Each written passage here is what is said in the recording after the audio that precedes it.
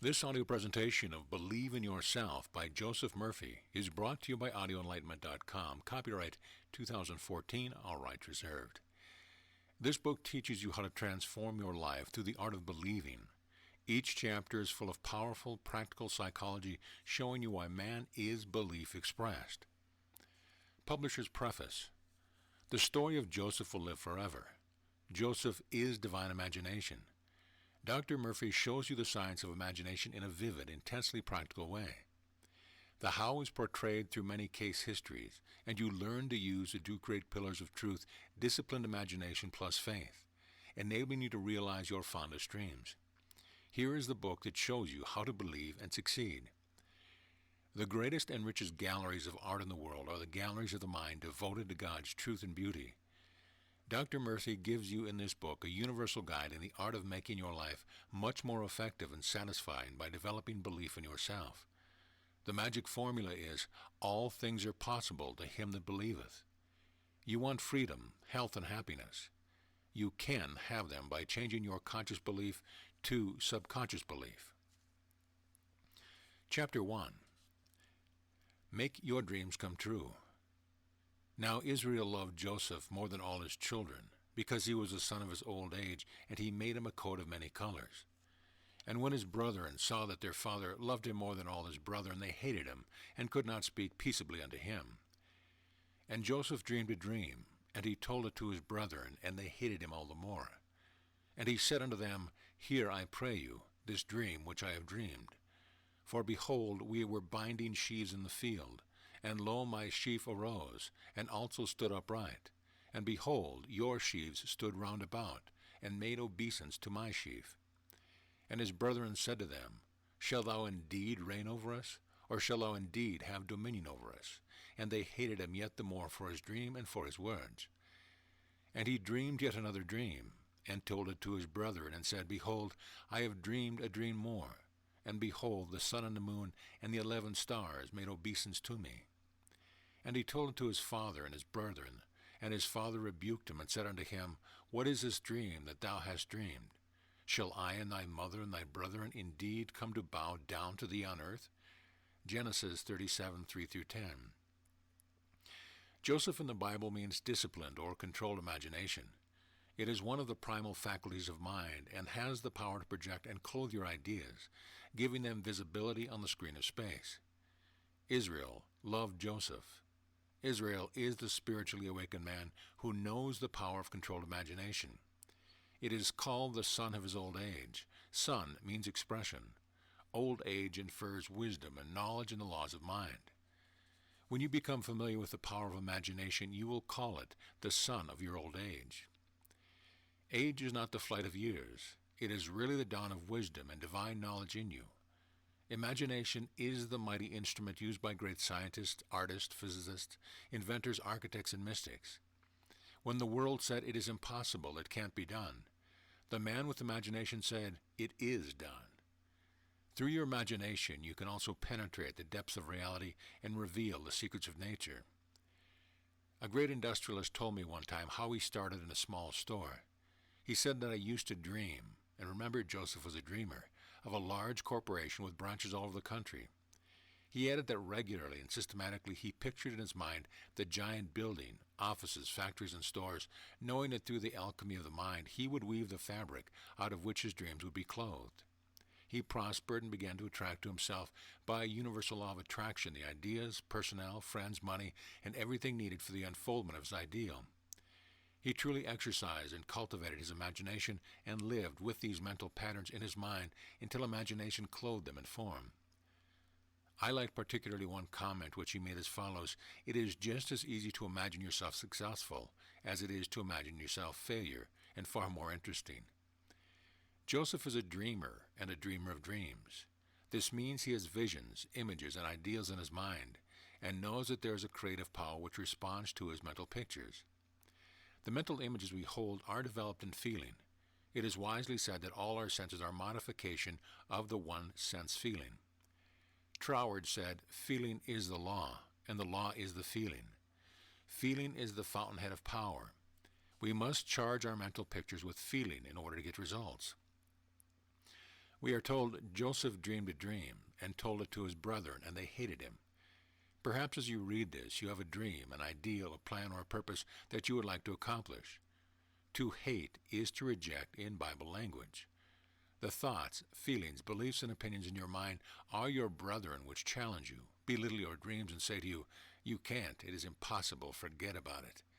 Perhaps other thoughts come into your mind which scoff at your plan or ambition. You discover there is a quarrel in your mind with your own brethren. Opposition sets in. The way to handle the opposition in your mind is to detach your attention from sense evidence and appearance of things, and to begin to think clearly and with interest about your goal or objective. When your mind is engaged on your goal or objective, you are using the creative law of mind, and it will come to pass. Lo, my sheaf arose, and also stood upright. And behold, your sheaves stood around about it, and made obeisance to my sheaf. Lift your ideal or desire up in consciousness. Exalt it. Commit yourself wholeheartedly to it. Praise it. Give your attention, love, and devotion to your ideal, and as you continue to do this, all the fearful thoughts will make obeisance to your exalted state of mind. That is, they will lose their power and disappear from the mind. Through your faculty to imagine the end result, you have control over any circumstance or condition. If you wish to bring about the realization of any wish, desire, or idea, form a mental picture of fulfillment in your mind. Constantly imagine the reality of your desire. In this way, you will actually compel it into being. What you imagine as true already exists in the next dimension of mind, and if you remain faithful to your ideal, it will one day objectify itself. The master architect within you will project on the screen of visibility what you impress on your mind. Joseph, or imagination, wears a coat of many colors. A coat in the Bible is a psychological covering. Your psychological garments are the mental attitudes, moods, and feelings you entertain. The coat of many colors represents the many facets of the diamond, or your capacity to clothe any idea and form. You can imagine your friend who is poor living in the lap of luxury. You can see his face light up with joy, see his expression change, and a broad smile cross his lips. You can hear him tell you what you want to hear. You can see him exactly as you wish to see him. That is, he is radiant, happy, prosperous, and successful. Your imagination is the coat of many colors. It can clothe and objectify any idea or desire. You can imagine abundance where lack is, peace where discord is, health where sickness is. His brethren said to him, "Shalt thou indeed reign over us?" Imagination is the first faculty and takes precedence over all the other powers or elements of consciousness. You have 12 faculties or brethren, but your imagination, when disciplined, enables you to collapse time and space and rise above all limitation. When you will keep your imagination busy with noble, godlike concepts and ideas, you will find it the most effective of all faculties in your spiritual ongoing. The phrase, "Joseph is sold unto Egypt," means that your concept or desire must be subjectified, Egypt, first before it becomes objectified. Every concept must go down in Egypt, meaning into the subjective where the birth of ideas takes place. Out of Egypt have I called my son. Joseph is commander of Egypt, which tells you that imagination controls the whole conceptive realm. Whatever prison you may be in, whether it is the prison of fear, sickness, lack, or imagination of any kind, remember that Joseph is the commander in prison and can deliver you. You can imagine your freedom and continue to do so until it is subjectified. Then, after gestation, in the darkness the manifestation comes, your prayer is answered. Consider for a moment in a distinguished, talented architect. He can build a beautiful, modern, 20th century city in his mind, complete with superhighways, swimming pools, aquariums, parks, etc. He can construct in his mind the most beautiful palace the eye has ever seen. He can see the buildings in its entirety completely erected before he ever gives his plan to the builders. Where was the building? It was in his imagination. With your imagination, you can actually hear the invisible voice of your mother, even though she lives 10,000 miles from here. You can also see her clearly and as vividly as if she were present. This is the wonderful power you possess. You can develop and cultivate this power and become successful and prosperous. Haven't you heard the sales manager say, "I have to let John go because his attitude is wrong"? The business world knows the importance of right attitude. I remember many years ago having printed a small article on reincarnation. The pamphlets were on display on a book counter of the church where I lectured. In the beginning, very few of them were sold because the salesgirl was violently opposed to its content. I explained to her the biblical meaning of reincarnation, the origin of the story, and what it was all about. She understood the contents of the drama and became enthusiastic about the booklets. They were all sold before my lecture series was completed. This was an instance of the importance of the right mental attitude. Your mental attitude means your mental reaction to people, circumstance, conditions, and objects in space. What is your relationship with your coworker? Are you friendly with people, with animals, and with the universe in general? Do you think the universe is hostile and that the world owes you a living? In short, what is your attitude? The emotional reaction of the above-mentioned girl was one of deep-seated prejudice. That was the wrong attitude in selling books. She was biased towards the book and the writer. You can develop the right mental attitude when you realize that nothing externally can upset you or hurt you without your mental consent. You are the only thinker in your world. Consequently, nothing can move you to anger, grief, or sorrow without your mental consent. The suggestions that come to you from the outside world have no power whatsoever, except that you permit them to move in thought negatively. Realize you are master of your thought world. Emotions follow thought. Hence, you are supreme in your own orbit. Do you permit others to influence you? Do you allow the headlines in the newspaper or the gossip or criticism of others to upset you or bring about mental depression? If you do, you must admit you are the cause of your own mood. You created your emotional reaction. Your attitude is wrong. Do you imagine evil of others? If you do, notice the emotion generated in your deeper self. It is negative and destructive to your health and prosperity. Circumstances can affect you only as you permit them. You can voluntarily and definitely change your attitude toward life and all things.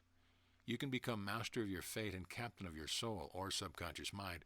Through disciplined, directed, and controlled imagination, you can dominate and master your emotions and mental attitude in general.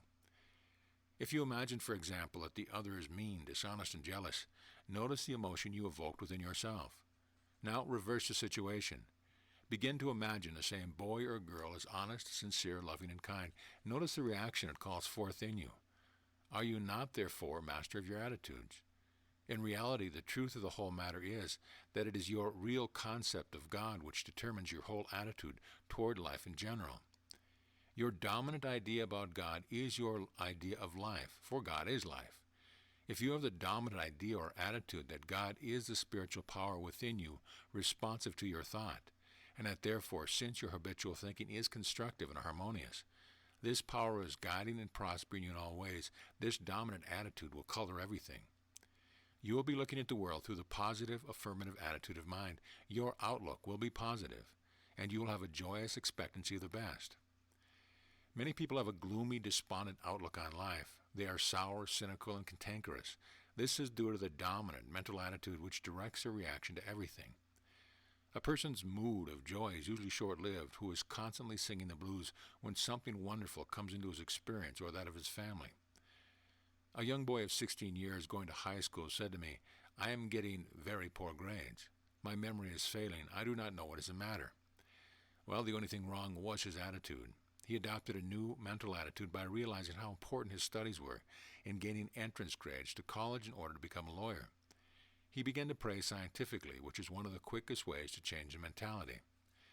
In scientific prayer, we deal with a principle which responds to thought.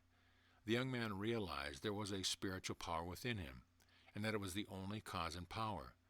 Furthermore, he began to claim that his memory was perfect, and that infinite intelligence constantly revealed to him everything he needed to know at all times, everywhere.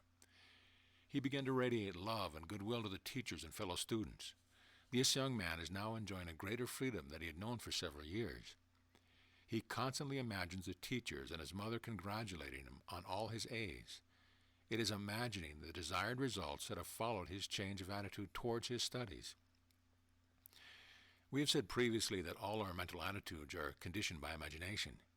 If you imagine it is going to be a black day today, business is going to be very poor, that it is raining, or no customers will come into your store, they have no money, etc., you will experience the result of your negative imagery. One time Troward was walking the streets of London, and he imagined he saw a snake on the street. Fear caused him to become semi-paralyzed. When he looked like a snake, but Troward had the same mental and emotional reaction as if it were a snake. Imagine whatsoever things are lovely, noble, and of good report, and your entire emotional attitude towards life will change. What do you imagine about life? Is it going to be a happy life for you, or is it one long series of frustrations? Choose ye whom you will serve. You mold, fashion, and shape your outer world of experiences according to the mental images you habitually dwell on. Imagine conditions and circumstances in life which dignify, elevate, please, and satisfy. If you imagine life as cold, cruel, hard, bitter, and that struggle and pain are inevitable, you are making life miserable for yourself. Imagine yourself on the golf course. You are free, relaxed, full of enthusiasm and energy. Your joy is in overcoming all the difficulties presented by the golf course. The thrill is in surmounting all the obstacles. Now let us take this scene. Imagine yourself going into a funeral parlor. Notice a different emotional response brought forward as you picture yourself in each of the above-mentioned situations. In the funeral chapter, you can rejoice in the person's new birthday. You can imagine a loved one surrounded by his or her friends in the midst of indescribable beauty and love. You can imagine God's river of peace flooding the minds and hearts of all present. You can actually ascend the heavens of your own mind wherever you are. This is the power of your imagination. And he dreamed yet another dream, and told it to his brethren, and said, Behold, I have dreamed a dream more. And behold, the sun and the moon and the 11 stars made obeisance to me. In ancient symbology, the sun and the moon represent the conscious and subconscious mind. The 11 stars represent the 11 powers in addition to imagination. Here again, the inspired writers are telling you that disciplined imagination takes precedence over all other faculties of the mind and controls the direction of the conscious and subconscious mind. Imagination is first and foremost. It can be scientifically directed. I was examining one of the round towers of Ireland with my father over 50 years ago. He said nothing for 1 hour, but remained passive and receptive, seeming to be in a pensive mood. I asked him what he was meditating on. This is the essence of his answer. He pointed out that it is not only by dwelling on the great, wonderful ideas of the world that we grow and expand. He contemplated the age of the stones in the tower. Then his imagination took him back to the quarries where stones were first formed. His imagination unclothed the stones. He saw with the interior eye the structure, the geological formation, the composition of the stone, and reduced it to the formless state. Finally, he imagined the oneness of the stones with all life. He realized in his divine imagery that it was possible to reconstruct the history of the Irish race from looking at the round tower.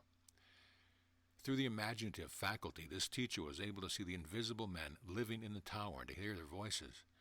The whole place became alive to him in his imagination. Through this power, he was able to go back in time when there was no round tower there. In his mind, he began to weave a drama of the place from which stones originated, which brought them the purpose of the structure and the history connected with it.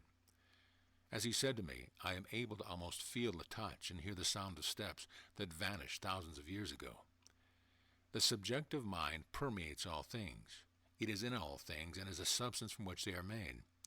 The treasure house of eternity is in the very stone comprising a building. There is nothing inanimate. All is life in its varied manifestation. The sun and the moon make obeisance to Joseph, or imagination. Truly, through your faculty of imagination, you can imagine the invisible secrets of nature are revealed to you. You will find that you can plumb the very depths of consciousness, calling things that be not as though they were, and the unseen become seen. The other night I sat in a park and looked at the setting sun. Suddenly I began to think that the sun is like a house in the city of Los Angeles. There is a greater sun behind our sun, and so on to infinity. It staggers the imagination to ponder and meditate on the myriads of suns and solar galaxies extending into infinity beyond the Milky Way. This world is only a grain of sand in the infinite seashore. Instead of seeing the parts, let us look at the wholeness, the unity of all things. We are, as the poet said, all parts of one stupendous whole, whose body nature is, and God the soul. It is really out of the imaginative mind of men all religions are born. It is not out of the realm of imagination, television, radio, radar, superjets, and all other modern inventions came. Your imagination is a treasure house of infinity, which releases to all the precious gems of music, art, poetry, and inventions. You can look at some ancient ruin, an old temple or pyramid, and reconstruct the records of the dead past. In the ruins of an old churchyard, you can also see a modern city resurrected in all its beauty and glory. You may be in a prison of want, lack, or beyond stone bars, but in your imagination, you can find undreamed of measure of freedom. Remember how Chico, the Parisian sewer cleaner, imagined and lived in a paradisical state of mind called the seventh heaven, even though he never saw the light of day. Bunyan, in prison, wrote the great masterpiece, Pilgrim's Progress. Milton, through blind, saw the interior eye. His imagination made his brain a ball of fire, and he wrote Paradise Lost. In this way, he brought some of God's paradise to all men everywhere. Imagination was Milton's spiritual eye, which enabled him to go about God's business, whereby he annihilated time, space, and matter, and brought forth the truth of the invisible presence and power. A genius is a man who is in rapport with his subconscious mind. He is able to tap this universal reservoir and receive answers to his problems. Thus he does not have to work by the sweat of his brow. In the genius type of mind, the imaginative faculty is developed to a very high degree. All great poets and writers are gifted with a highly developed and cultivated imaginative faculty. I can now see Shakespeare listening to the old stories, fables, and myths of his day.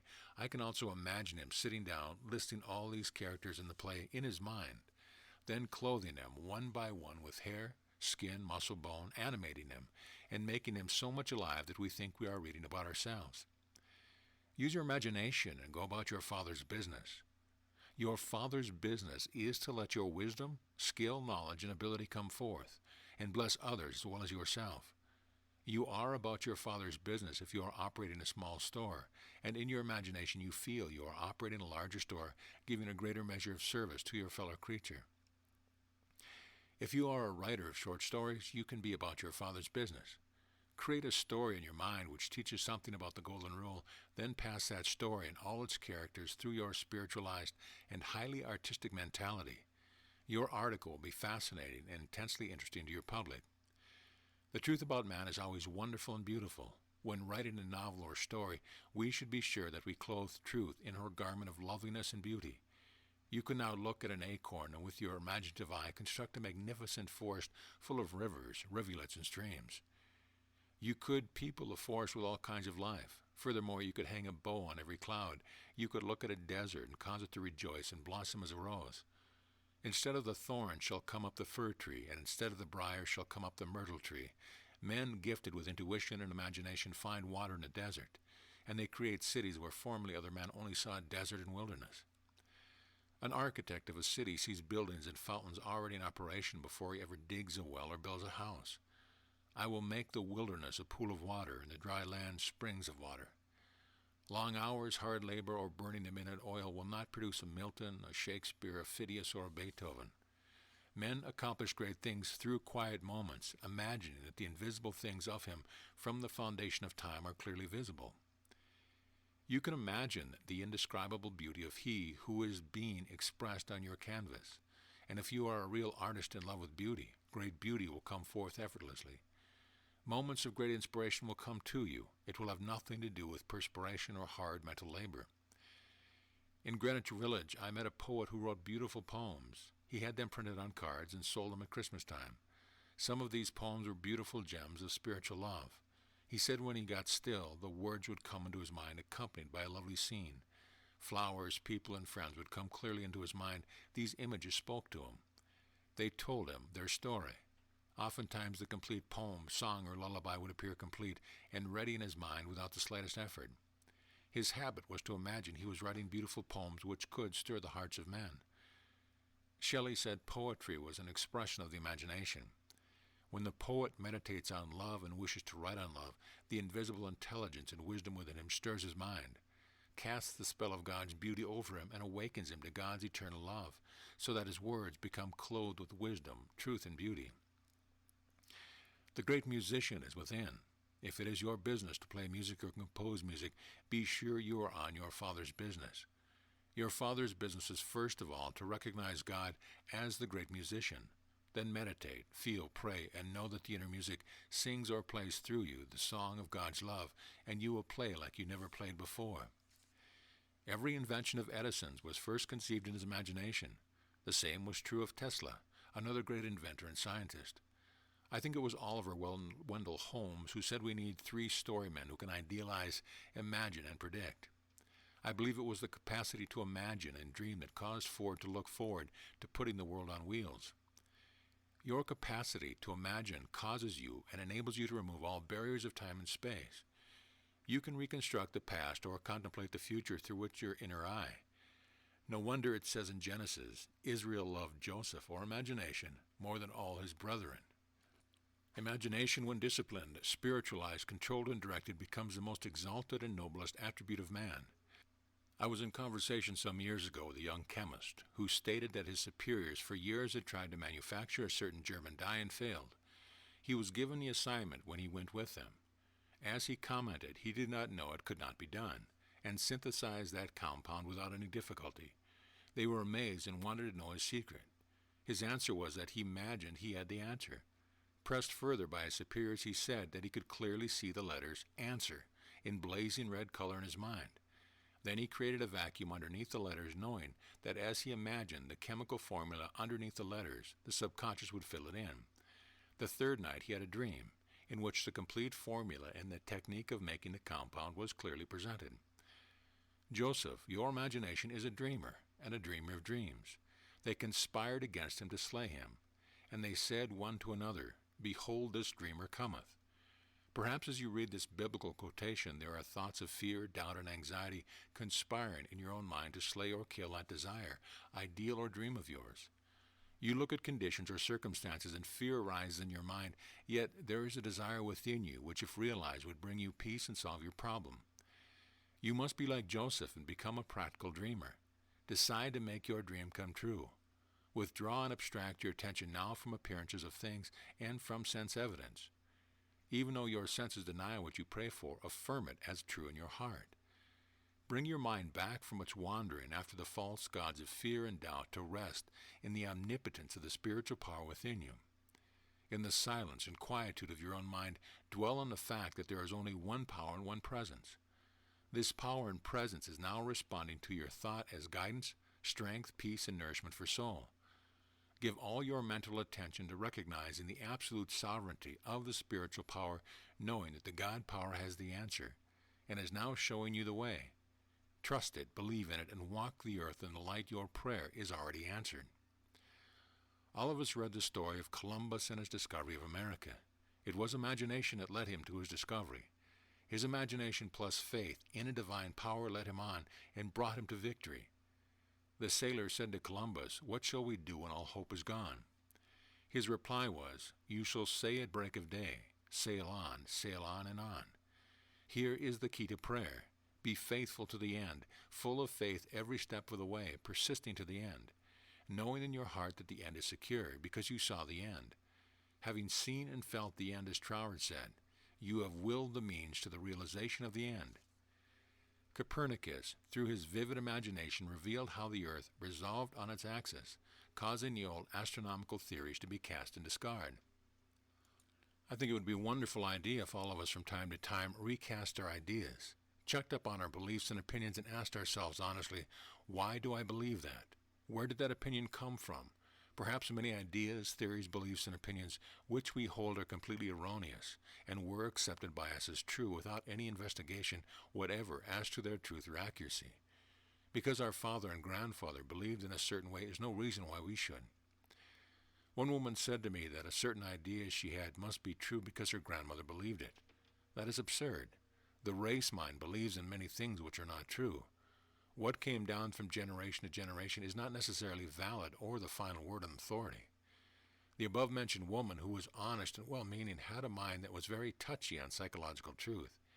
She took everything in the Bible literally. This mind worked by prejudice, superstition, and opposed everything which was not in accord with our established beliefs, opinions, and preconceived notion. Our minds must be like a parachute. The ladder opens up. If it does not, it isn't any good. Likewise, we must open our eyes and minds to the new truth. We must hunger and thirst after new truth and new knowledge, enabling us to soar aloft above our problems on the wings of faith and understanding. The famous biologists, physicists, astronomers, and mathematicians of our day are men gifted with a vivid scientific imagination. For instance, the Einstein theory of relativity existed first in his imagination. Archaeologists and paleontologists studying the tombs of ancient Egypt through their imaginative perception reconstruct ancient scenes. The dead past becomes alive and audible once more. Looking at the ancient ruins and the hieroglyphic therein, the scientist tells us an age when there was no language. Communication was done by grunts, groans, and signs. The scientist's imagination enables him to clothe this ancient temple with roofs and surround them with gardens, pools, and fountains. The fossil remains are clothed with eyes, sinews, and muscles, and they again walk and talk. The past becomes the living past, and we find in imagination there is no time or space. Through your imaginative faculty, you can be a companion of the most inspired writers of all time. I gave a lecture on the 21st chapter of Revelation some time ago in the Wilshire Ebel Theater in Los Angeles to our Sunday audience. The previous night, while I was meditating on the inner meaning of the following verses, I intuitively and actually felt the presence and the intimate companionship of the mystic seer who wrote the inspired verses. And I, John, saw the holy city, New Jerusalem, coming down from God out of heaven, prepared as a bride adorned for her husband. And I heard a great voice out of heaven saying, Behold, the tabernacle of God is with men, and he will dwell with them and be their God. Revelations 21:2-2. Can't you now walk down the court of your own mind and there see, inwardly perceive, feel, and sense God's river of peace flowing through your mind? You are now in the holy city, your own mind, inhabited by such lovely people as bliss, joy, faith, harmony, love, and goodwill. Your mind is clothed with God's radiant beauty, and your mood is exalted, noble, and godlike. You are married mentally and spiritually to God and to all things good. You have on your wedding garment, because you are in tune with the infinite, and God's eternal verities constantly impregnate your mind. In your imagination, you sense and feel that you are the tabernacle of God, and that His Holy Spirit saturates and fills every part of your being. Your imagination now becomes seized with a divine frenzy. You become God intoxicated, having received the divine antibody, the presence of God in the chamber of your heart. You can look at a rock, and out of that rock, through divine imagination, you can reveal a Madonna and portray a vision of beauty and joy forever. Never permit your imagination to be used negatively. Never distort or twist it. You can imagine sickness, accident, and loss and become a mental wreck. To imagine sickness and lack is to destroy your peace of mind, health, and happiness. On board ship one time, I heard a passenger exclaim when looking on the setting sun, I am so happy, I hope this lasts forever. How often have you seen a glorious sunrise? Perhaps you said, I hope this lasts forever. Nothing in this transitory world lasts eternally. However, the truth of God lasts forever. Darkness follows night, but morning will come again. Twilight will also come. You do not want things to stand still. You do not want to stand still either, for there are new worlds within and without to conquer. Change eternal is at the root of all life. You do not want to remain in a rut. Problems are life's way of asking you for an answer. The greatest joy and satisfaction is in overcoming. In conquering life would become unbearable and unendurable if we could not experience change. We would be bored by the monotony of things. You meet with night and day, cold and heat, ebb and flow, summer and winter, hope and despair, success and failure. You find yourself moving through opposites, through your power to imagine what you wish and to feel its reality subjectively is to reconcile the opposite and bring peace to your mind. In the midst of sorrow, grief, or the loss of a loved one, your imagination and faith, the two wings of the bird, take you aloft into the very bosom of God, your Father, where you find peace, solace, and divine rest for your soul.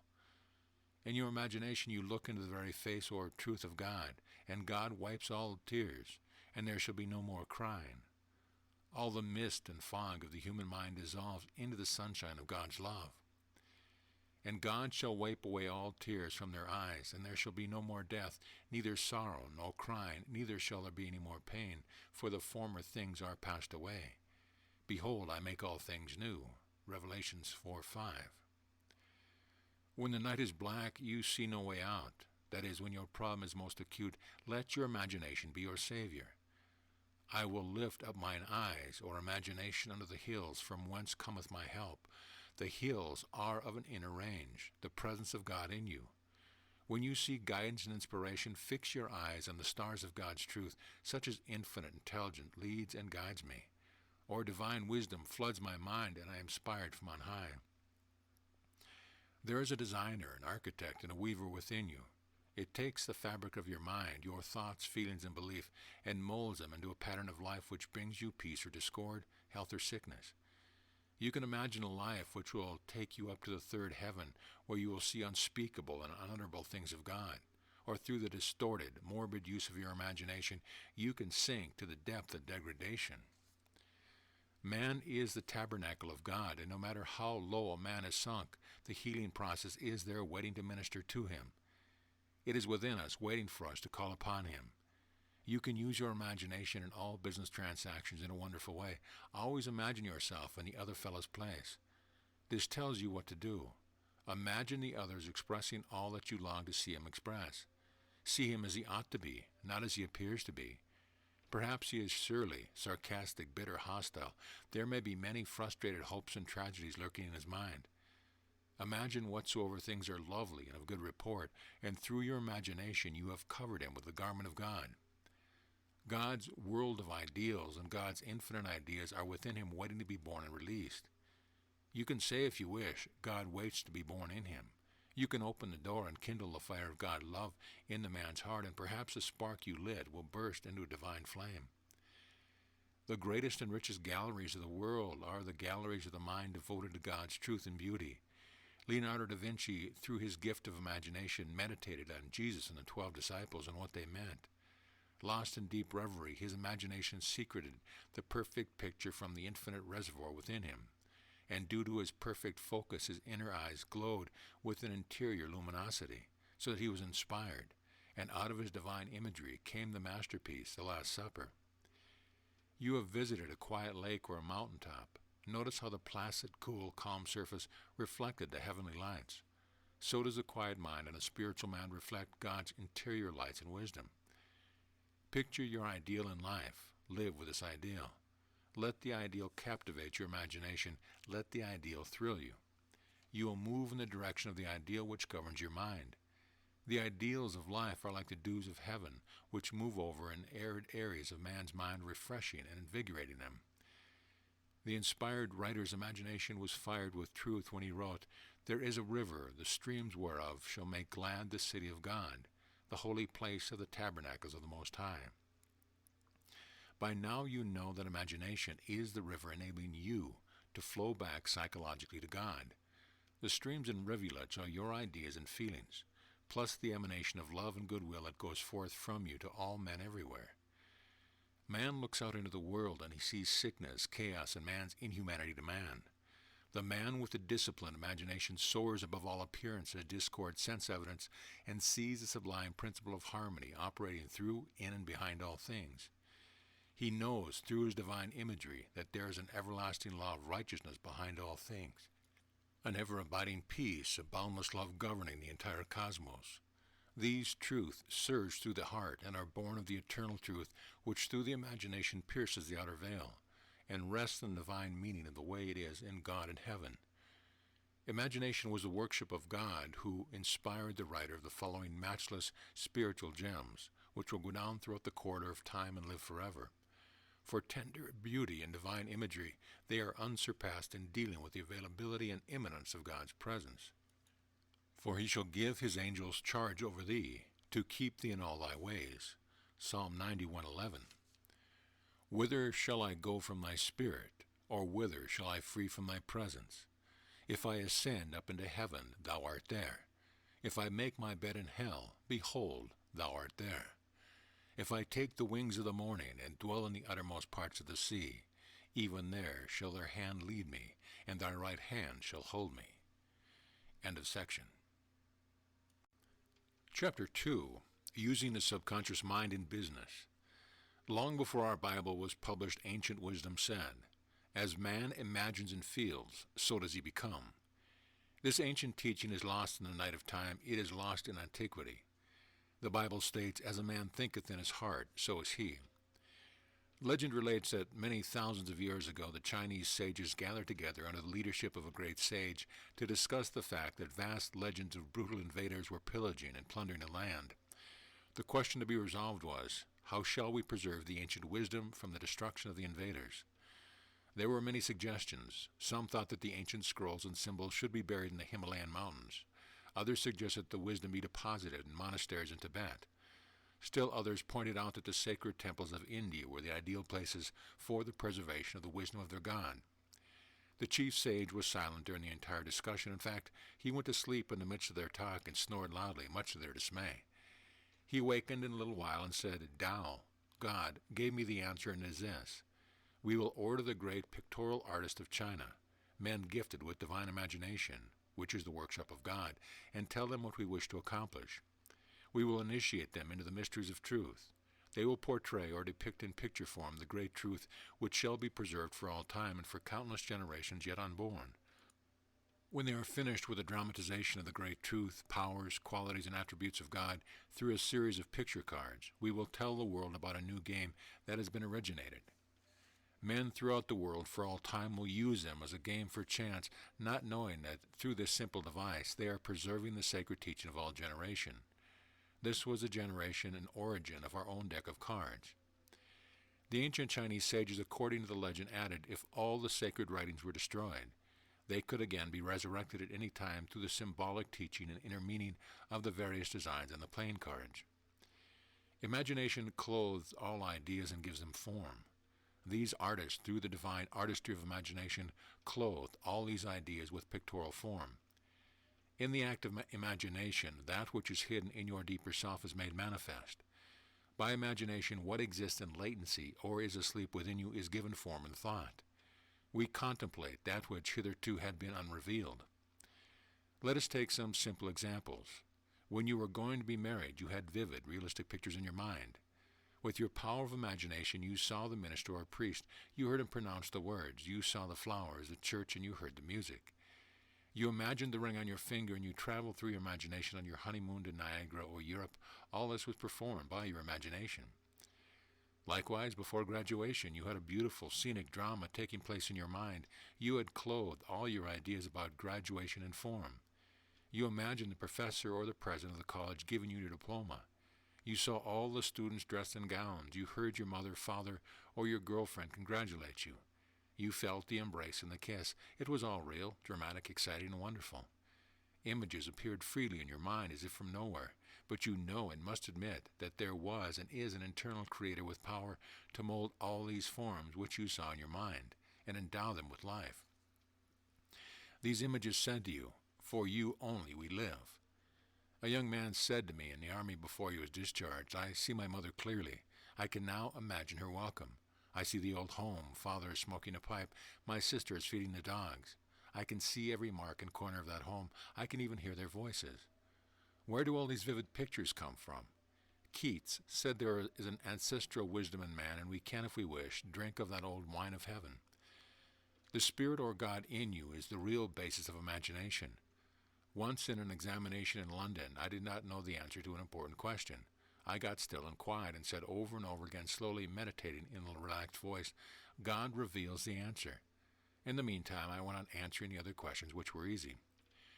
We know that when you relax the conscious mind, the subjective wisdom rises to the fore. In a short while, the picture of the answer came clearly into my mind. It was there in words like a page on a book, with the entire answer written out as a graph in my mind. A mightier wisdom than that of my conscious mind or intellect spoke through me. I had a very religious schoolboy, about 14 years old, come to me. Whenever he had a problem, he said to me that he would imagine Jesus was talking to him, giving him the answer to his problem, and telling him what to do. His mother was very ill. This boy was highly imaginative. He read the story of Jesus healing the woman with fever. My little friend related to me, "Last night I imagined Jesus saying to me, 'Go thy way, thy mother is made whole.'" He made that drama of the mind so real, vivid, and intense, that due to his faith and belief, he convinced himself of the truth of what he heard subjectively. His mother was completely healed, yet she was considered at the time hopeless and beyond medical help. Being a student of the laws of mind, you know what happened. He galvanized himself into the feeling of being one with his image, and according to his faith or conviction was it done unto him. There is only one mind and one healing presence. As the boy changed his conviction about his mother and felt her perfect health, the idea of perfect health was resurrected in her mind simultaneously. He did not know anything about spiritual healing or the power of imagination. He operated the law unconsciously and believed in his own mind that Jesus was actually talking to him. Then, according to his belief, it was done unto him. To believe something is to accept that it is true.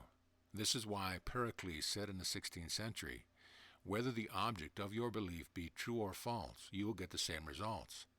There is only one spiritual healing principle and one process of healing called faith. According to your faith, it is done unto you. There are many processes, methods, and techniques of healing, and all of them get results. Not because of the particular technique or method, but because of imagination and faith in the particular process. They are all tapping the one source of healing, which is God. The infinite healing presence permeates all things and is omnipresent. The voodoo doctor with his incarnation gets results. So does the kahuna of Hawaii with his ministrations. The various branches of New Thought, Christian Science, the Nancy School of Medicine, osteopathy, etc. get healings. All these schools of thought are meeting levels of consciousness and are doing good. Any method or process which alleviates human misery, pain, and distress is good. Many churches practice laying on the hands, others make novenas and visit shrines. All are benefited according to their mental acceptance or belief. When you are willing to stand alone with God and cease completely giving power to external things, when you no longer give power to the phenomenalistic world, which means to make a world of effect a cause, when all your allegiance is given to the spiritual power within you, realizing it is the only principle and the only cause, you will not need any props of any kind. The living intelligence which made your body will respond immediately to your faith and understanding, and you will have an instantaneous spiritual healing. If you are not at that level of consciousness where you can grow a tooth through prayer, the obvious thing to do is to go see a dentist, pray for him, and for a perfect divine oral adjustment. As long as you believe in external causes, you will seek external remedies. To illustrate further the power of imagination, I will tell you of a close relative of mine who had tuberculosis. His lungs were badly diseased. His son decided to heal his father. He came home to Perth, Western Australia, where his father lived, and said to him that he had met a monk who sold him a piece of the true cross, and that he gave him the equivalent of 500 for it. This young man had picked up a splinter of wood off the sidewalk, went to the jeweler's, and had it set in a ring so that it looked real. He told his father that many were healed just by touching the ring of the cross. He inflamed and fired his father's imagination to the point that the old gentleman snatched the ring from him, placed it over his chest, prayed silently, and went to sleep. In the morning he was healed. All the clinic's tests were negative. You know, of course, it was not the splinter of wood from the sidewalk that healed him. It was his imagination aroused to an intense desire. Plus the confident expectancy of a perfect imagination was joined to faith or subjective feeling, and the union of the two brought about the healing. The father never learned the trick that had been played upon him. If he had, he probably would have had a relapse. He remained completely cured and passed away 15 years later at the age of 89. I know a businessman here in Los Angeles has reached the top in his field. He told me for 30 years the most important decision he made were based on his imaginary conversation with Paul. I asked him to elaborate, and he remarked that few people in his business world realized the wonderful guidance and counsel that could be received by dramatizing in their imagination that they were receiving counsel from the writers or great seers of the Bible. I will quote this successful executive as accurate as I can. Many times my decisions might have prospered the company or plunged it into bankruptcy. I vacillated, wavered, got high blood pressure and heart disease. One day the idea came to me, why not ask Jesus or Paul? I loved the epistles of Paul, so when an important decision was to be made, I would imagine Paul was saying to me, "Your decision is perfect. It will bless your organization. Bless you, my son. Keep on God's path." After imagining I saw Paul and heard him, a wave of peace and inner tranquility would seize me. I was at peace about all decisions. This was this businessman's way of receiving divine guidance by using his imagination to convince himself that right action was his. There is only one principle of intelligence in the world. All that is really necessary is to say and to believe, God is guiding me now, and there is only right action in my life. The mind, as Troward tells you, works like a syllogism. If your premise is correct, the conclusion or result will correspond. The subjective reasons deductively only, and its sequence or conclusion is always in harmony with the premise. Establish the right premise in your mind, you will be subjectively compelled to right action. Inner movement of the mind is action. The external movements and action is the automatic response of the body to the internal motion of the mind. Hearing a friend or associate congratulate you on your wonderful decision will induce the movement of right action in your life. The man who used St. Paul to impregnate his mind with the belief of right action was using the one eternal principle of intelligence. his technique of arriving at that place in mind does not really matter. Goethe used his imagination wisely when confronted with difficulties and predicaments. His biographers pointed out that he was accustomed to fill many hours quietly holding imaginary conversations. It is well known that his custom was to imagine one of his friends before him in a chair answering in the right way. In other words, if he were concerned over problems, he imagined his friend was giving him the right or appropriate answer, accompanied with the usual gestures, tonal qualities of the voice, making the entire imaginary scene as real and vivid as possible. I was very well acquainted with a stockbroker in New York City who used to attend my classes at Steinway Hall there. His method of solving financial difficulties was very simple.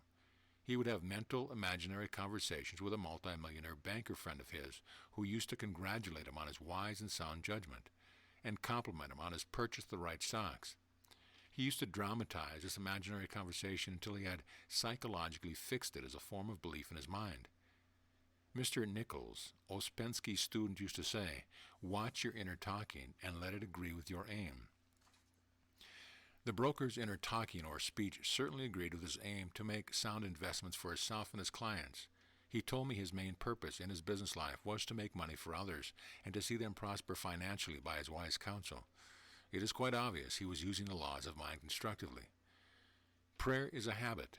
This broker regularly and at frequent intervals during the day returned to the mental image in his mind. He made it a deep subjective pattern. That which is embodied subjectively is objectively expressed. It is a sustained mental picture which is developed in the dark house of the mind. Run your mental movie often.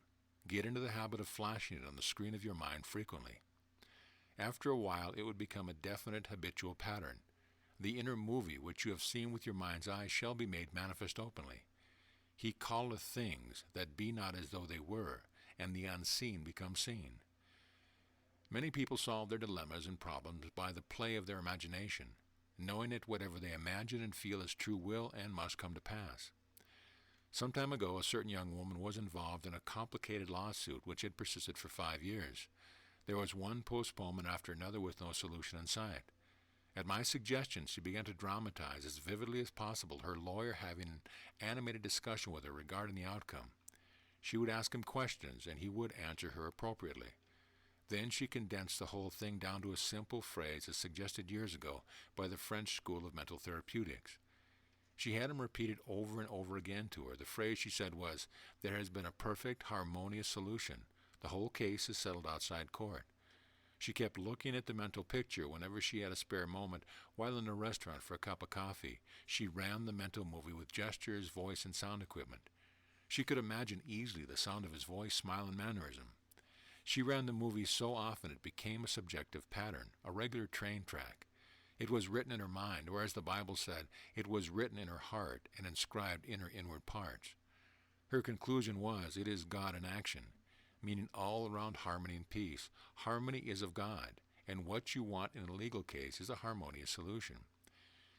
In the science of imagination, you must first of all begin to discipline your imagination and not let it run riot. Science insists upon purity. If you wish a chemically pure product, you must remove all traces of other substance, as well as extraneous material. You must, in other words, separate out and cast away all the dross. In the science of imagination, you eliminate all the mental impurities such as fear, worry, destructive inner talking, self-condemnation, and the mental union with other miscellaneous negatives. You must focus all your attention on your ideal and refuse to be swerved from your purpose or aim in life. As you get mentally absorbed in the reality of your ideal by loving and remaining faithful to it, you will see your desire take form in your world. In the book of Joshua it says, "Choose ye this day whom ye shall serve." Let your choice be, I am going to imagine whatsoever things are lovely and of good report. I know and have talked to many people who diabolically invert the use of their God-given faculty. The mother, that is, imagines something bad has happened to her son, John, because he is late coming home. She imagines an accident, a hospital, Johnny in the operating room, etc. A businessman whose affairs are prosperous yet dwells on the negativity is another example of the destructive use of imagination. He comes home from the office, runs a motion picture in his mind of failure, sees the shelves empty, imagines himself going into bankruptcy, an empty bank balance, and the business closed down. Yet all the time he is actually prospering. There is no truth whatsoever in that negative mental picture of his. It is a lie made out of a whole cloth. In other words, the things he fears does not exist, save in his morbid imagination. The failure will never come to pass, except he keeps up that morbid picture charged with the emotion of fear. If he constantly indulges in his mental picture, he will, of course, bring failure to pass. He had the choice of failure or success, but he chose failure. There are chronic worriers. They never seem to imagine anything good or lovely. They seem to know that always something bad or destructive is going to happen. They cannot tell you one reason why something good should and could not happen. However, they are ready with all the reasons why something dire and evil should occur. Why is this? The reason is simple. These people are habitually negative. That is, most of their thinking is of a negative, chaotic, destructive, morbid nature. As they continue to make a habit of these negative patterns of thought, they condition their subconscious mind negatively. Their imagination is governed by their dominant moods and feelings. This is why they imagine evil even about their loved ones. For example, if their son happens to be in the army, they imagine he is going to catch cold, become an alcoholic, become loose morally. Or if he is in combat, they imagine he will be shot, and all manner of destructive images enter their mind. This is due to the hypnotic spell of habit, and their prayers are rendered null and void. Make a choice now. Begin to think constructively and harmoniously. To think is to speak. Your thought is your word. Let your words be as a honeycomb, sweet to the ear and pleasant to the bones. Let your words be like apples of gold and pictures of silver. The future is the present grown up. It is your invisible word or thought made visible. Are your words sweet to your ear? What is your inner speech like at this moment? No one heard you. It is your own silent thought. Perhaps you are saying to yourself, I can't, it is impossible. Oh, I'm too old now. What chances have I? Mary can, but I can't. I have no money. I can't afford this or that. I've tried. It's no use. You can see your words are not as a honeycomb. They are not sweet to your ear. They do not lift you up or inspire you. Ouspensky was always stressing the importance of inner speech, inner conversation, or inner talking. It is really the way you feel inside, for the inside mirrors the outside. Is your inner speech pleasant to the bones? Does it exalt you, thrill you, and make you happy? Bones are symbolic of support and symmetry. Let your inner talk sustain and strengthen you. But the word is very nigh unto thee, in thy mouth and in thy heart, that thou mayest do it. See, I have set before thee this day life and good, death and evil. Decree now and say it meaningly. From this moment forward I will admit to my mind for mental consumption only these ideas and thoughts which heal, bless, inspire, and strengthen me. Let your words from now on be as apples of gold and pictures of silver. An apple is a delicious fruit. Gold means power. Pictures of silver mean in the Bible your desires. The picture in your mind is the way you want things to be. It is the picture of your fulfilled desire. It could be a new position of health. Let your words, your inner silent thought and feeling coincide and agree with pictures of silver or your desire. Desire and feeling joined together in a mental marriage will become the answered prayer. Be sure to follow the imagination of the Bible and let your words be sweet to the ear. What are you giving your ear to now? What are you listening to? What are you giving attention to? Whatever you give attention to will grow, magnify, and multiply in your experience. Faith cometh by hearing, Paul said. Listen to the great truth of God. Listen to the voice of God. What language does he speak in? It is not Gaelic, French, Italian, but the universal language or mood of love, peace, joy, harmony, faith, confidence, and goodwill. Give your ear to these qualities and potencies of God. Mentally eat of these qualities, as you continue to do so, you will be conditioned to these positive, enduring qualities, and the law of love will govern you. You have heard this often repeated quotation, man is made in the image and likeness of God. This means your mind is God's mind, as there is only one mind. Your spirit is God's spirit, and you create in exactly the same way, and through the same laws God creates. Your individual world, that is, experiences, conditions, circumstances, environments, as well as your physical health, financial state, social life, etc., is made out of your own mental images and after your own likeness. Like attracts like. Your world is a mirror reflecting back to you your inner world of thought, feeling, beliefs, and inner conversations. If you begin to imagine evil powers working against you, or that there is a jinx following you, or that other forces and people are working against you, there will be a response of your deeper mind to correspond with these negative pictures and fears in your mind. Therefore, you will begin to say that everything is against you, or that the stars are opposed to you, or you will blame karma, your past lives, or some demon. Truly, the only sin is ignorance. Pain is not a punishment, it is the consequence of the misuse of your inner power. Come back to the one truth and realize that there is only one spiritual power, and it functions through the thoughts and images of your mind. The problems, vexations, and strife are due to the fact that man has actually wandered away after false gods of fear and error. He must return to the center, the God presence within. Affirm now the sovereignty and authority of the spiritual power within you, the principle of all life. Claim divine guidance, strength, nourishment, and peace, and this power will respond accordingly. I will now proceed to point out how you may definitely and positively convey an idea or mental image to your subconscious mind. The conscious mind of man is personal and selective. It chooses, selects, weighs, analyzes, dissects, and investigates. It is capable of inductive and deductive reasoning. The subjective or subconscious mind is subject to the conscious mind.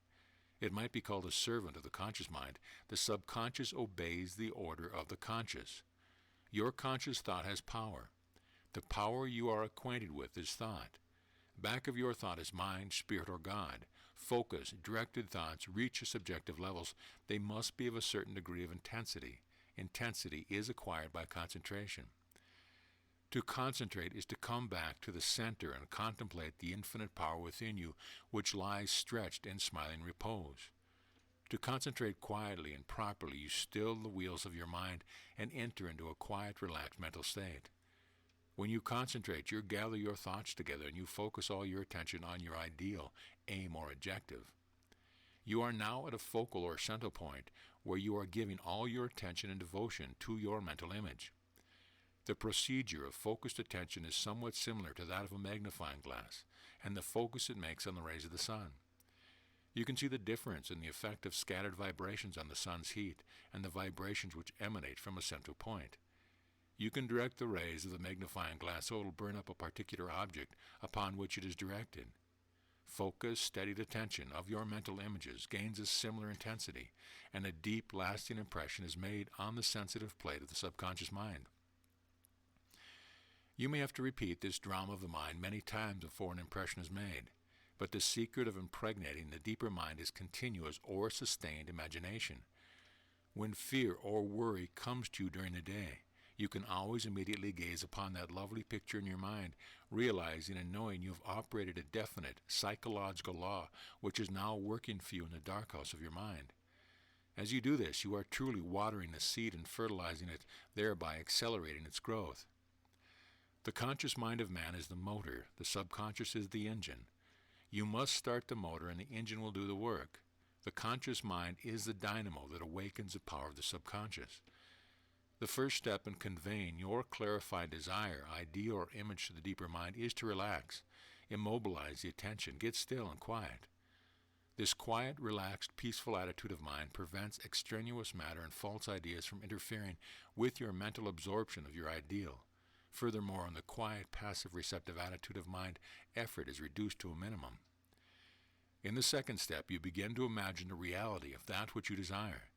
For example, you may wish to sell a home. In private consultation with a real estate broker, I have told them of the way I sold my own house. They have applied it with remarkable results. I placed a sign in the garden in front of my home which read, "For sale by owner."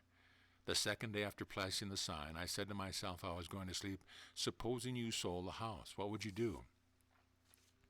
I answered my own question, and I said I would take that sign down and throw it in the garage.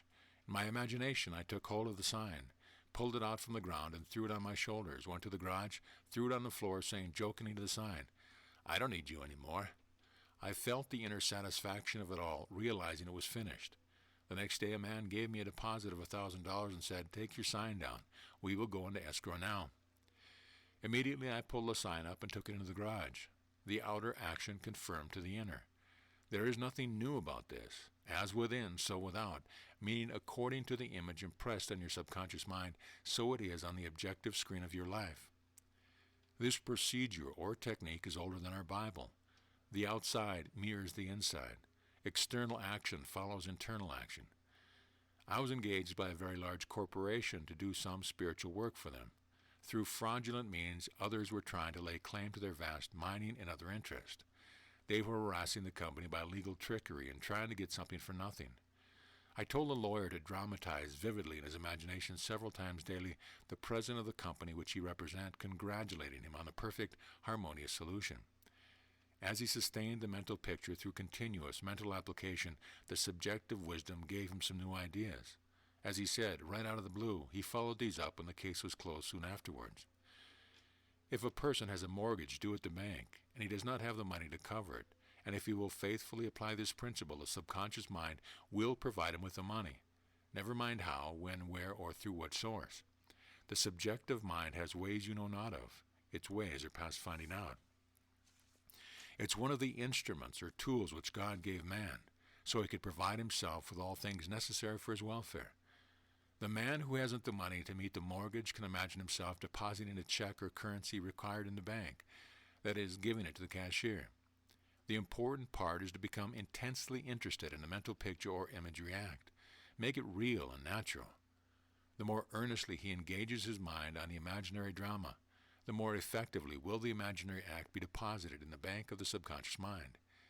You can take a trip to the teller's window in your imagination and make it so real and true that it will actually take place physically. There is a young lady who comes regularly to our Sunday morning lectures.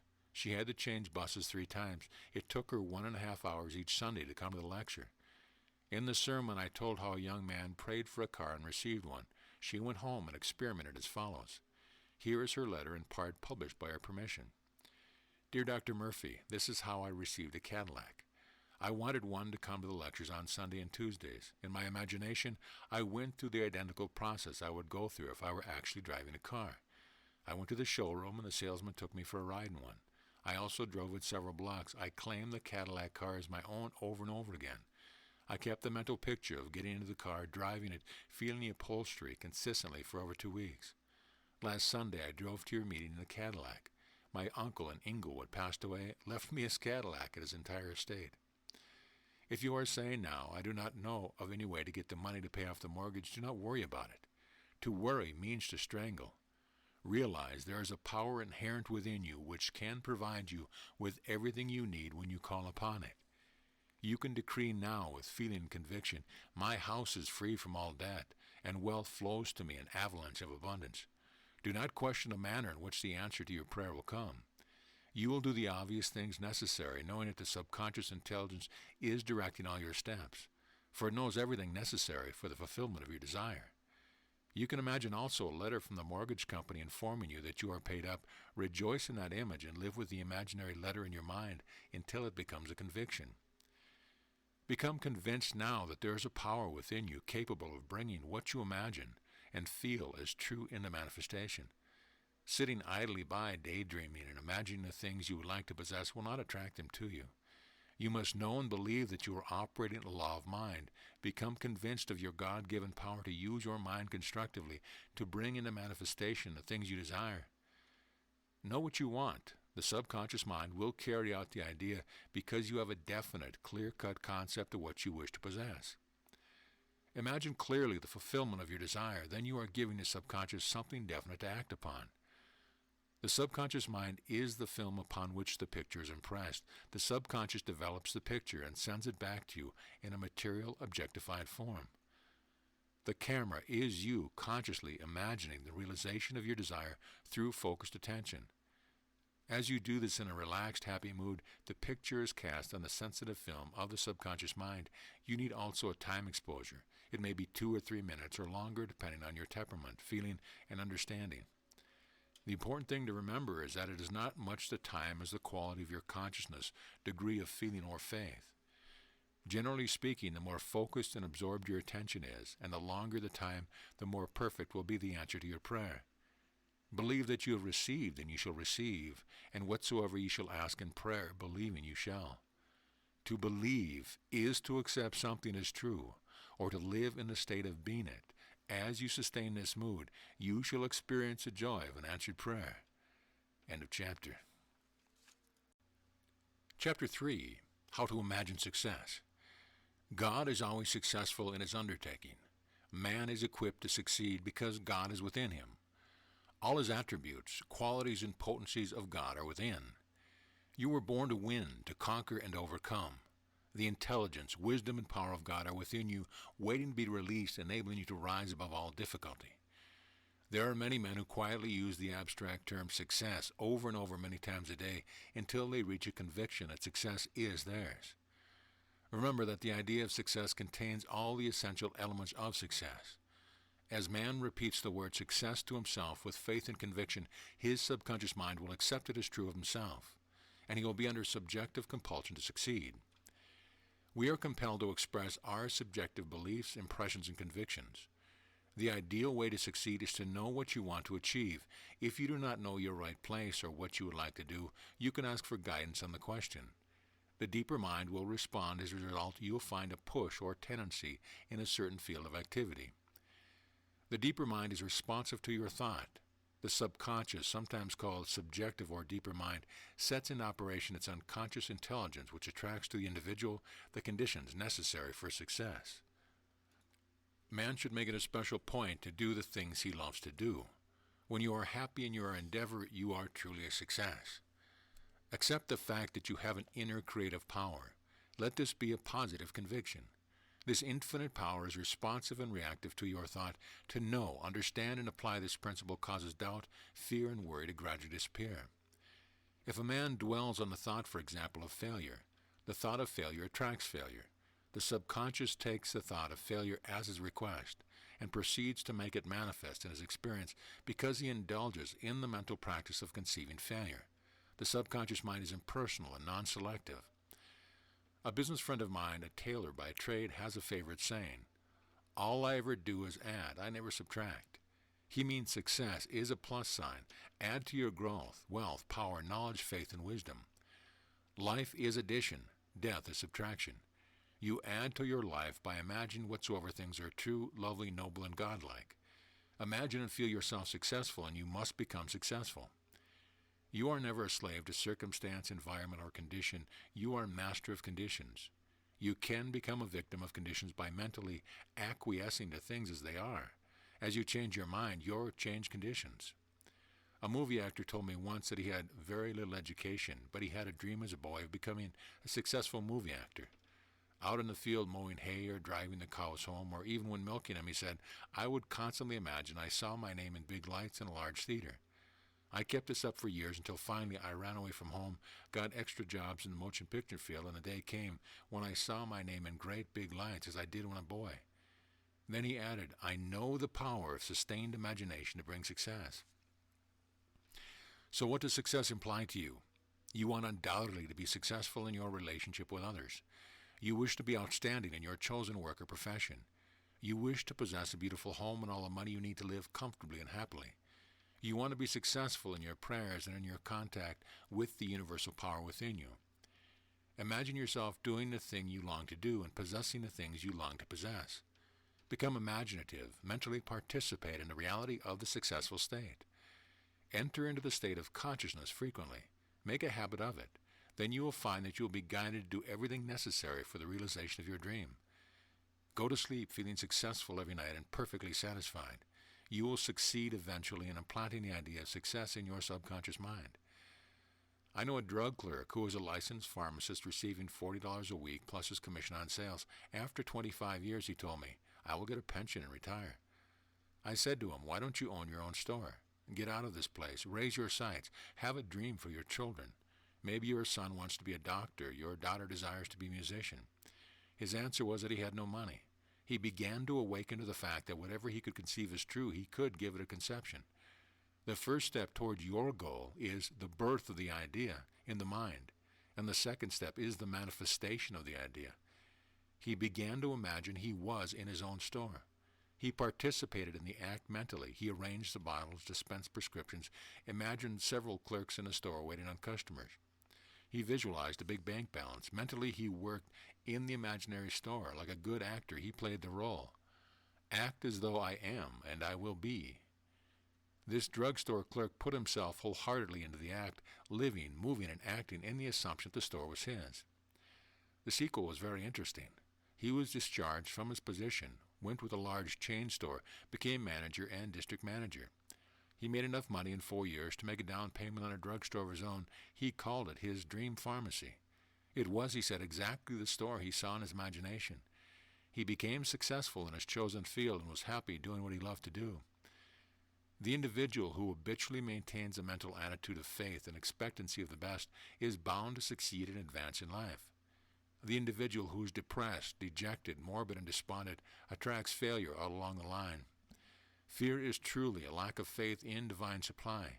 It is faith misplaced. Fear is faith in the wrong thing. Fear is a belief in lack, or that man's good is being withheld from him. Son, thou art ever with me, and all that I hath is mine. All things you need are in the invisible. It could be said that all things needed are in the abstract. You must desire to be greater than you are in order to advance in life. Desire comes first, followed by a recognition of the power within you, enabling you to manifest that which you want. The subconscious mind is the medium through which all that you desire can be brought into objectivity. You are the one giving orders in the form of habitual thinking, feeling, opinions, and beliefs. The subconscious mind obeys the orders given by the conscious mind. If your conscious mind is opposed to all negative thoughts, they can make no impression upon your subconscious mind. You become immunized. If, for example, you say, I wish I were healthy, then I could be much more successful in my work. Begin now to realize your body is your mind expressed. The subconscious mind is the builder of the body and controls all its vital functions. Your conscious mind has power to change any idea or group of thoughts held in the subconscious mind. You can impress the idea of health on your subconscious mind when you know it can be done. A conviction and sincere belief is necessary. Affirmative statements establish definite impressions on the subconscious mind. A wonderful way to impress the subconscious is through disciplined or scientific imagination. By illustration, if your knee is swollen and you are lame, imagine you are doing the things you would do were you in perfect health. You might say that I would go downtown on a bus or visit friends, ride horseback, go swimming or hiking. First, in your imagination, you go on these psychological journeys, making them as real and natural as possible. Continue to go on these psychological journeys. You know that self-motivation is yours. All movement is first of the mind or consciousness of man before any external movement can take place. By example, the chair does not move on itself. You must impart motion to it. The same is true of the body. As you continue to do all the things that you would do were you healed, this inner movement will cause the subconscious to build the body in accordance with the image back of it. The following is a wonderful prayer for perfect health. A minister I knew in South Africa applied this prayer and healed himself. Several times a day he would affirm slowly and quietly, first making certain he was completely relaxed mentally and physically. The perfection of God is now being expressed through me. The idea of health is now filling my subconscious mind. The image God has of me is a perfect image, and my subconscious mind recreates my body in perfect accordance to the perfect image held in the mind of God. This is a simple, easy way of conveying the idea of perfect health to your subconscious mind. You can develop confidence by knowing and realizing that nothing can prevent you from achieving success. Develop a certainty in your mind that this inner power can be called upon to overcome all obstacles. There must be an assurance and determination on your part that you can achieve and accomplish that you set out to do. This positive, affirmative attitude constitutes confidence. You have heard the biblical expression, according to your faith is it done unto you. Faith in God is the realization that there is only one spiritual power which is omnipresent, omniscient, omnipotent, all love, all light, all beauty, all life, and an ever-present help in time of trouble. Know that his power responds to your thought. Cease looking upon God as some being living in the skies with a long beard. God is the essence of man. God is the life of man. We cannot comprehend all of God, for the finite mind cannot comprehend the infinite and toto. For example, your conscious and subconscious mind are projections of God. They are working tools. God is infinite wisdom, boundless love, infinite intelligence, absolute bliss, eternal harmony, and indescribable beauty. All these and others are qualities and attributes of God. You are not cast adrift on the ocean of life, deserted by the Creator of life. This presence and power is within you. This knowledge or awareness of divinity within you is the greatest and most powerful contributing factor to success. Develop your talents. Begin to use them. They are God-given. You have faculties and powers which require constant development. Man shall decree a thing, and it shall come to pass. What are you mentally decreeing now? What is the nature of your inner talking, inner conversations, and your idle moods? Man shall account for every idle word he speaks. The idle words are doubt, fear, anxiety, and worry. If these are present, you are not giving definite positive orders to your subconscious mind because there is no definite impression made as to what you wish to bring to pass. Fear and worry cause confusion in the conscious mind. This creates confusion in the subconscious mind, and nothing happens but confusion in man's affair. Continue to trust in the divine power, and that which you desire will come to you in some manner.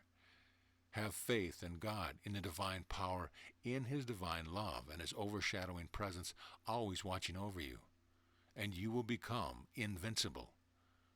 Trust in the Lord and do good.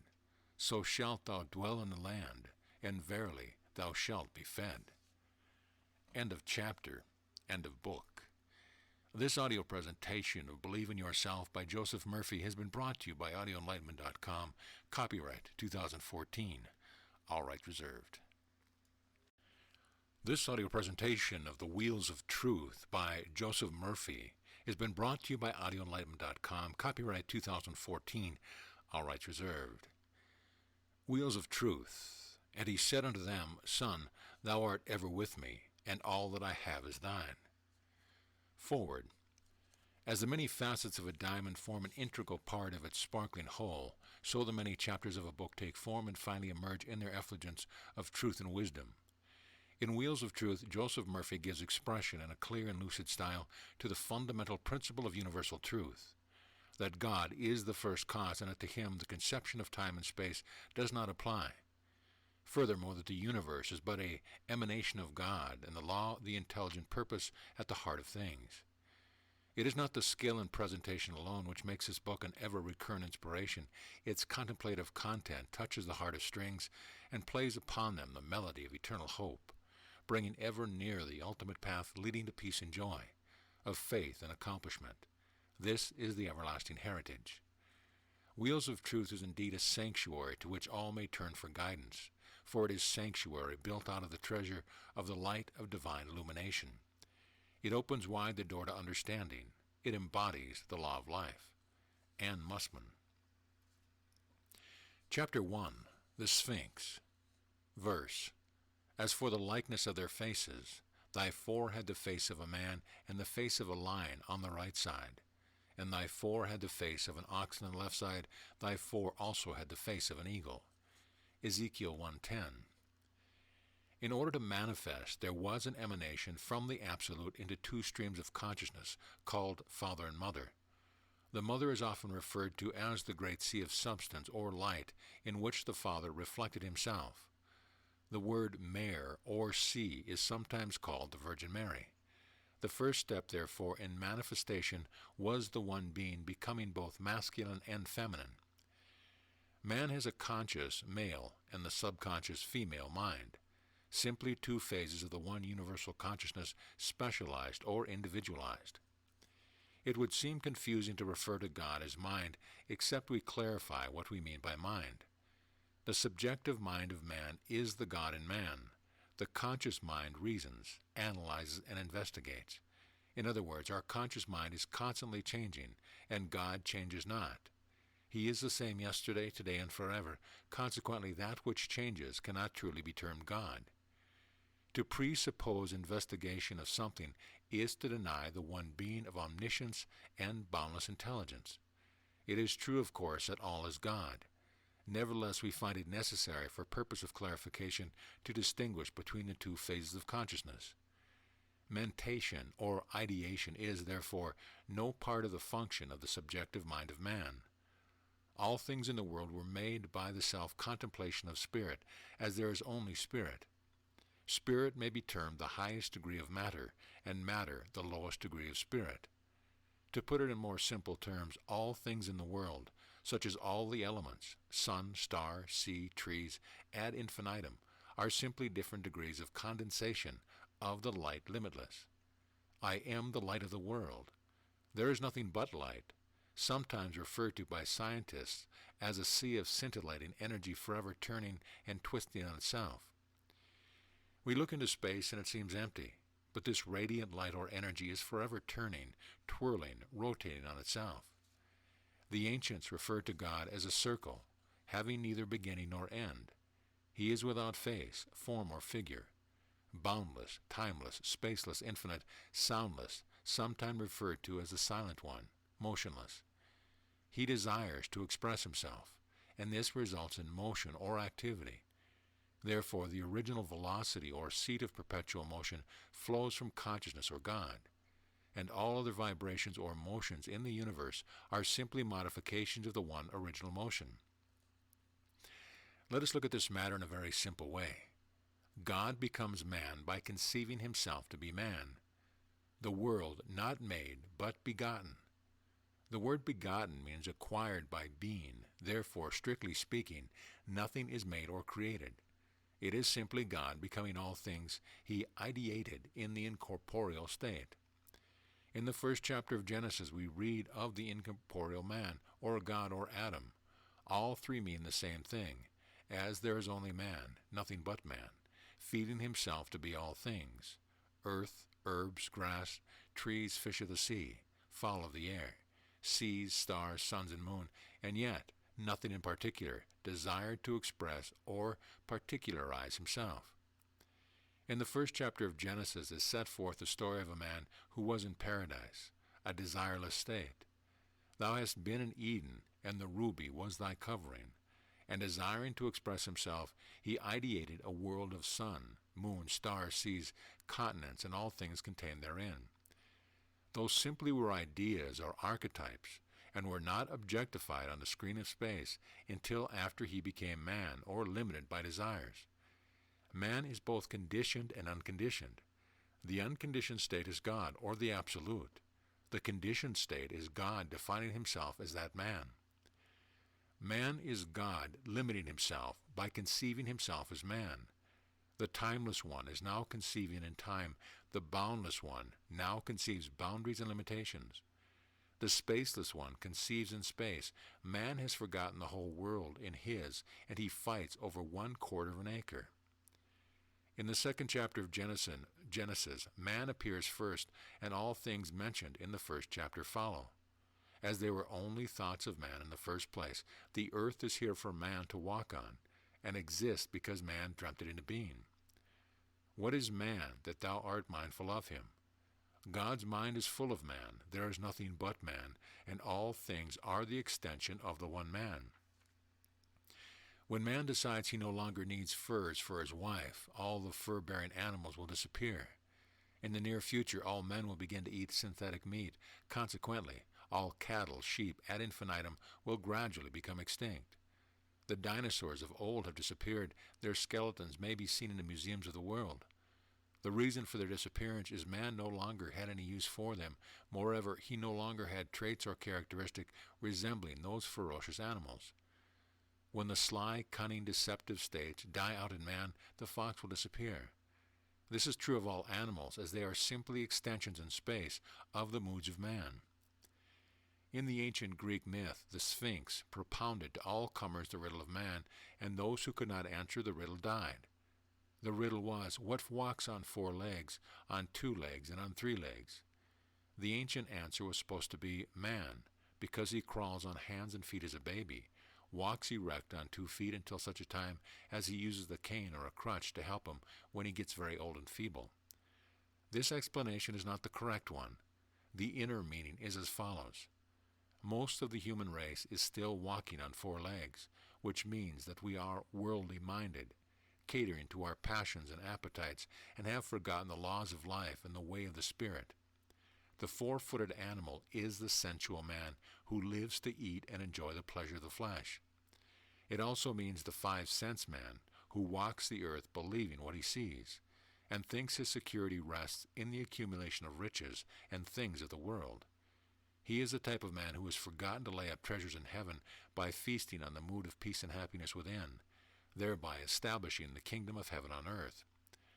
Only a few are walking erect who have discarded the animal nature, but of those who have matured, who have become of age, only a very small minority walk the earth bearing all their weight on the crutch of intuition, or the Christ within. Come unto me, all ye that labor, and I will give you rest.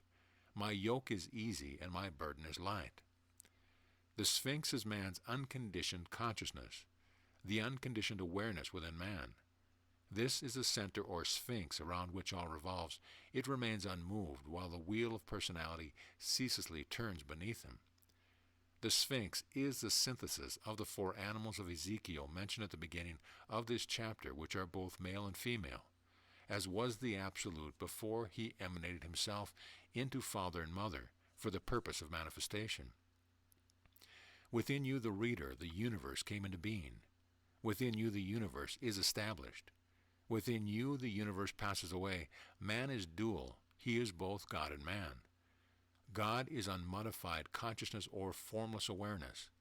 This unmodified consciousness now becomes modified by becoming man.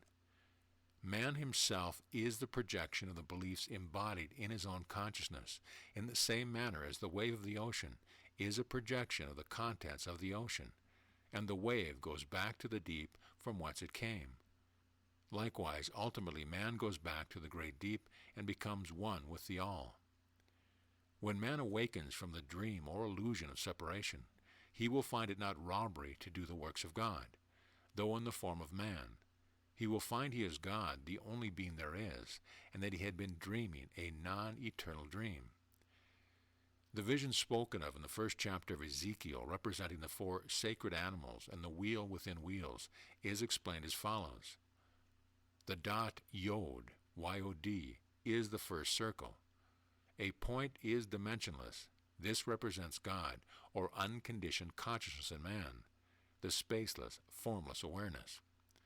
The next circle is the creative world. The third circle is the formative world, and the 4th circle is the physical world as we see it. The 4 animals also represent the 4 letters in the name Jehovah, I-H-V-H, the name by which all things are created. The first letter, Yod, Y-O-D, represents the eagle or Scorpio. The eagle is a bird which soars above the storm and tempest, where skies are blue and clear. Moreover, the eagle looks directly into the sun and is not blinded. The eagle represents man's awareness of the fact that the seat of causation and omnipotence is within him. The next letter, He, H-E-H, is man's capacity to conceive his vision or ideal, symbolized by the lion. It represents man's desire. The third letter, Va, V-A-U, represents a nail or the cementing of a fixed state. This letter is represented by the angel or Aquarius. The latter means meditation or feasting on the reality of the state desired. It is actualizing the idea in consciousness. In other words, it is the feeling of being what you long to be, and the feeling of doing what you long to do.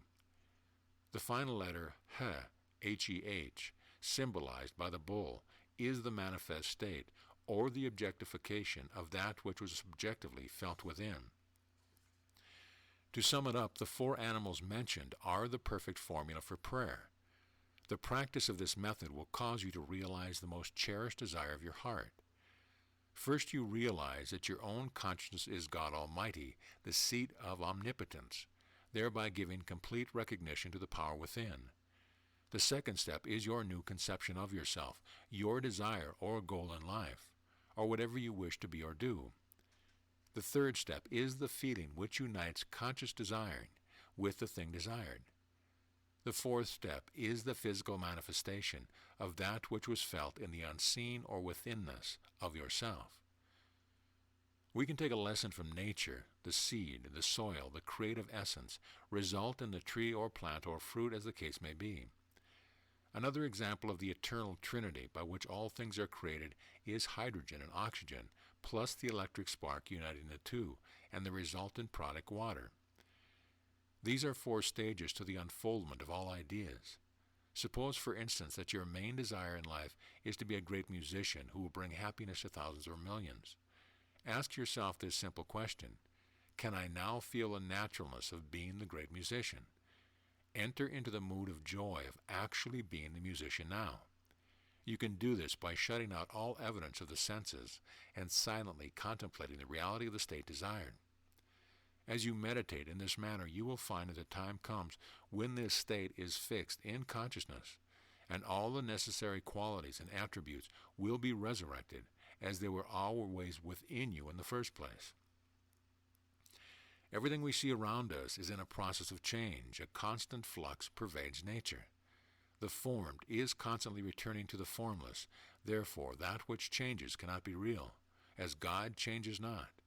He is the same yesterday, today, and forever. We see the illusion and believe it to be real, but in essence the latter is invisible. To see the real is to become one with it. We are here for no other purpose than to grow, and in the growing discover and awaken to the true self. All our thoughts should be circles or bands of love. They knew not that I healed them. I drew them with cords of a man with bands of love. In order to form this perfect circle, we must think in harmony with the One, the beautiful and the good. This is sometimes referred to as being in tune with the infinite. We are not compelled to love, but we have freedom to love. Love is spontaneous and joyous, and we have the ability to give or withhold it. There is no compulsion to love. However, there would be no joy unless we knew the opposite. How could you experience joy unless you had not known sorrow? If we are compelled to love, that would not be love, as love must be freely bestowed. Someone may feign love due to necessity or a sense of dependency, but this is not love. God expresses himself as life, love, beauty, order, symmetry, and proportion. When our thoughts are in tune with the infinite, they form a perfect circle or circuit and return to us, pressed down, shaken together, and running over. When our thoughts are negative, as when, for example, we indulge in criticism, cynicism, jealousy, or feeling sorry for ourselves or another, we are not in tune with the infinite. Consequently, there is no polarity. The circle of good is not formed. The dynamo is stopped. As students of truth, we must realize that every lack, limitation, or adverse circumstance is the result of negative moods entertained by us, which portray weakness in us. And as you know, weakness is simply absence of power. It comes from nowhere. It is nothing. The remedy is to realize that the seat of omnipotence is within you. And by quietly stilling the mind, we realize gently that all power and energy necessary to overcome any situation, be it what it may, are ours now. This is the silent inner knowing of the mystic who is humble before God and proud before man. We come out of meditation as a live wire charged with sufficient power to melt away all discord, dissolve all hate, and dry up all tears. Jesus goes from Galilee to Judea and from Judea to Galilee. This is simply the union of the consciousness and subconscious mind and feeling. The idea held in the conscious mind, Jesus, can be dropped into Judea, or subconscious mind, by feeling the reality of it. The subconscious mind gives form to the impression made on its way we know not. Thus is all manifestation. When our desire or ideal appears on the screen of space, this is the return of Jesus to Galilee. The latter means we are now consciously aware of the objectification of our desire.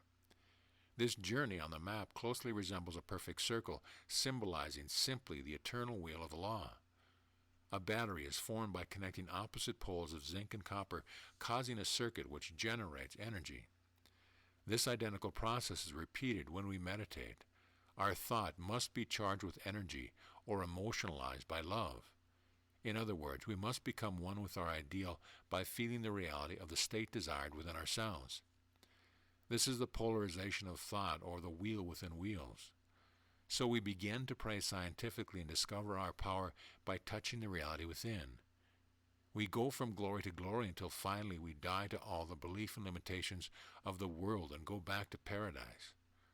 Thus has been in Eden, the garden of God, and the ruby was thy covering. We must learn to shut our ears to the confusion of the world which surrounds us, lest us open the inner hearing and aspire earnestly. He speaks to man, "Speak, Lord, thy servant heareth," that urge which sends us in search of him, in our search for the self within our true self, our Christ. Forever we are bound to the one. We are wheels within the one wheel, the motionless wheel. What is a day or a month or a year or a lifetime or 1,000 lifetimes? Time ceases for those who turn within to the wisdom, the power, and the glory.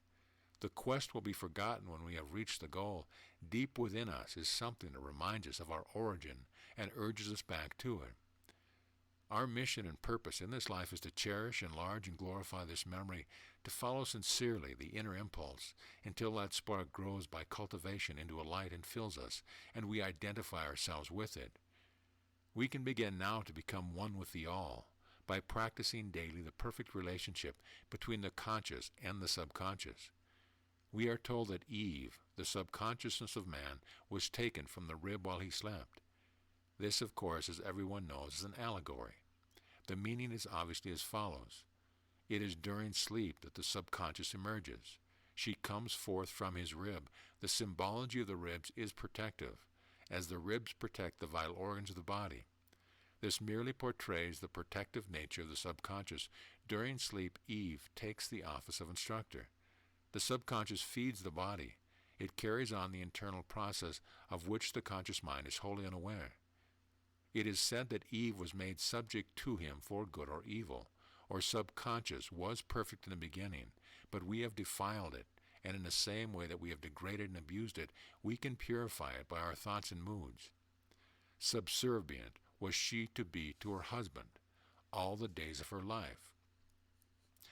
At night she talks back to man and takes charge, and according to his mood prior to falling asleep, either enjoys, if his thoughts are the good and the beautiful, or he has unpleasant experiences, particularly if he has gone to sleep in a turbulent mood. In this latter case, Eve is simply pointing out to him that he has mismanaged things. She also instructs and guides him and says what she pleases. Man must learn to have only the most exalted ideal and enthroned peace and happiness as his predominant mood, and by sustaining this state of consciousness, he will weed his garden, and then therein only lovely flowers will grow. Effectual prayer will change all the doubts, fears, and other negative states that may be lurking in the subconscious due to past errors and superstition. Man must become the perfect lover and give all attention and devotion to his subconsciousness instead of to his conscious mind. He must not get confused and mix them, but must learn to tell them apart.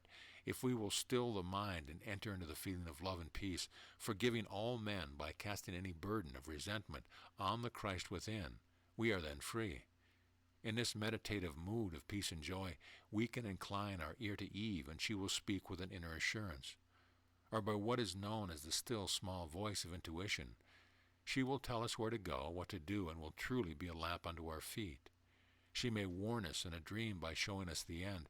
For example, if you have fear of a disease, she may dramatize your mood by a dream showing you in a hospital attended by doctors and nurses. Now there is no such thing as an inexorable fate, and the dreams mentioned can easily be explained. The subconscious reason deductively only and deduces a conclusion from the fear of disease entertained by the individual, and she dramatizes this fear in a dream. Now man can change a dream and completely neutralize the fear by a counter-suggestion of perfect health given to the subconscious. He can either enter into a mood that perfect health is his now and feel the joy of radiant health and peace, or in a meditative, relaxed mood, he can suggest with conviction one word, health, just prior to going to sleep and keep on repeating it until he falls asleep. Unfathomed and unfathomable is the great deep of the interior being. In this no thing, the eternal will of God arises, and when the no thing comes forth as something, this is the eternal wheel of the law. End of chapter. Chapter 2, Tuning In. Verse, I have glorified thee on the earth. I have finished the work which thou hast given me to do. And now, O Father, glorify thou me with thine own self, with the glory which I had with thee before the world was. John 17:4-5. Before the world was I am. Before Abraham was I am. When all things cease to be, I am. That they may all be as one as the Father art in me, and I in thee, that they also may be one in us. John 17:21. Man has finished the work when he realizes that all men are within him. Man is like the line. It begins as a series of dots. The point is no dimension. The point becomes a line, our first dimension. The line bends. We now have two dimensions. The space or plane is not conscious of the line. The surface moves through space in a dimension not contained within itself and becomes a cube. This is our third dimension. The cube is not conscious of sides. Each side sees another as separate from itself. When the side becomes one with the cube, it no longer sees other sides, as the cube is only conscious of being a cube and not conscious of sides. God is not conscious of Catholics, Jews, Protestants, Buddhists. He only hears and sees in secret. Therefore, we know him only when we touch him in the silence through feeling. We must become conscious of being one with God. Then we will not and cannot see another. We are garments of the one being moving through the illusion of time and space. All stars, planets, suns, all things are extensions in space of the spaceless being or formless awareness within man. Therefore, if the primal essence of man is God, he is everywhere in mind and there is no place he is not. This life, in the illusion of time and space based on sense belief, when we meditate on the truth, we will do away with all worldly values, all possessions. All these things will cease to have value.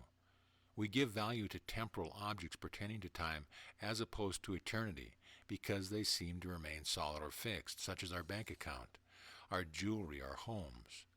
We believe our home will be there when we return to it and find our belief confirmed.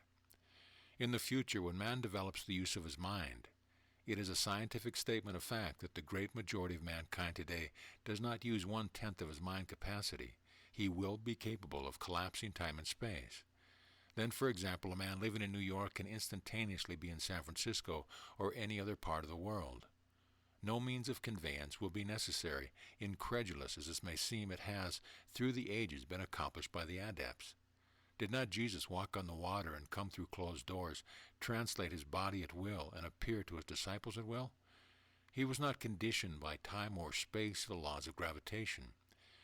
Man will change the atomic weights and structure of any substance. For example, he will be able instantaneously to change the atomic weight of a piano and cause it to go through the eye of a needle, and then cause it to assume its former shape. All things are possible to him that believeth. All things, not some things, glorify thou me. Man comes with the Absolute, and he goes back to the Absolute when he remembers who he is and dies to all beliefs and superstitions of the world. When someone dies, he lives on in you, the reader. That state of consciousness is within you. God dreamed himself to be man. Now we must awaken and go back to the glory which was ours before the world was. All the elements and minerals we speak of are modifications of light, simply congealed energy or extension of man's thoughts.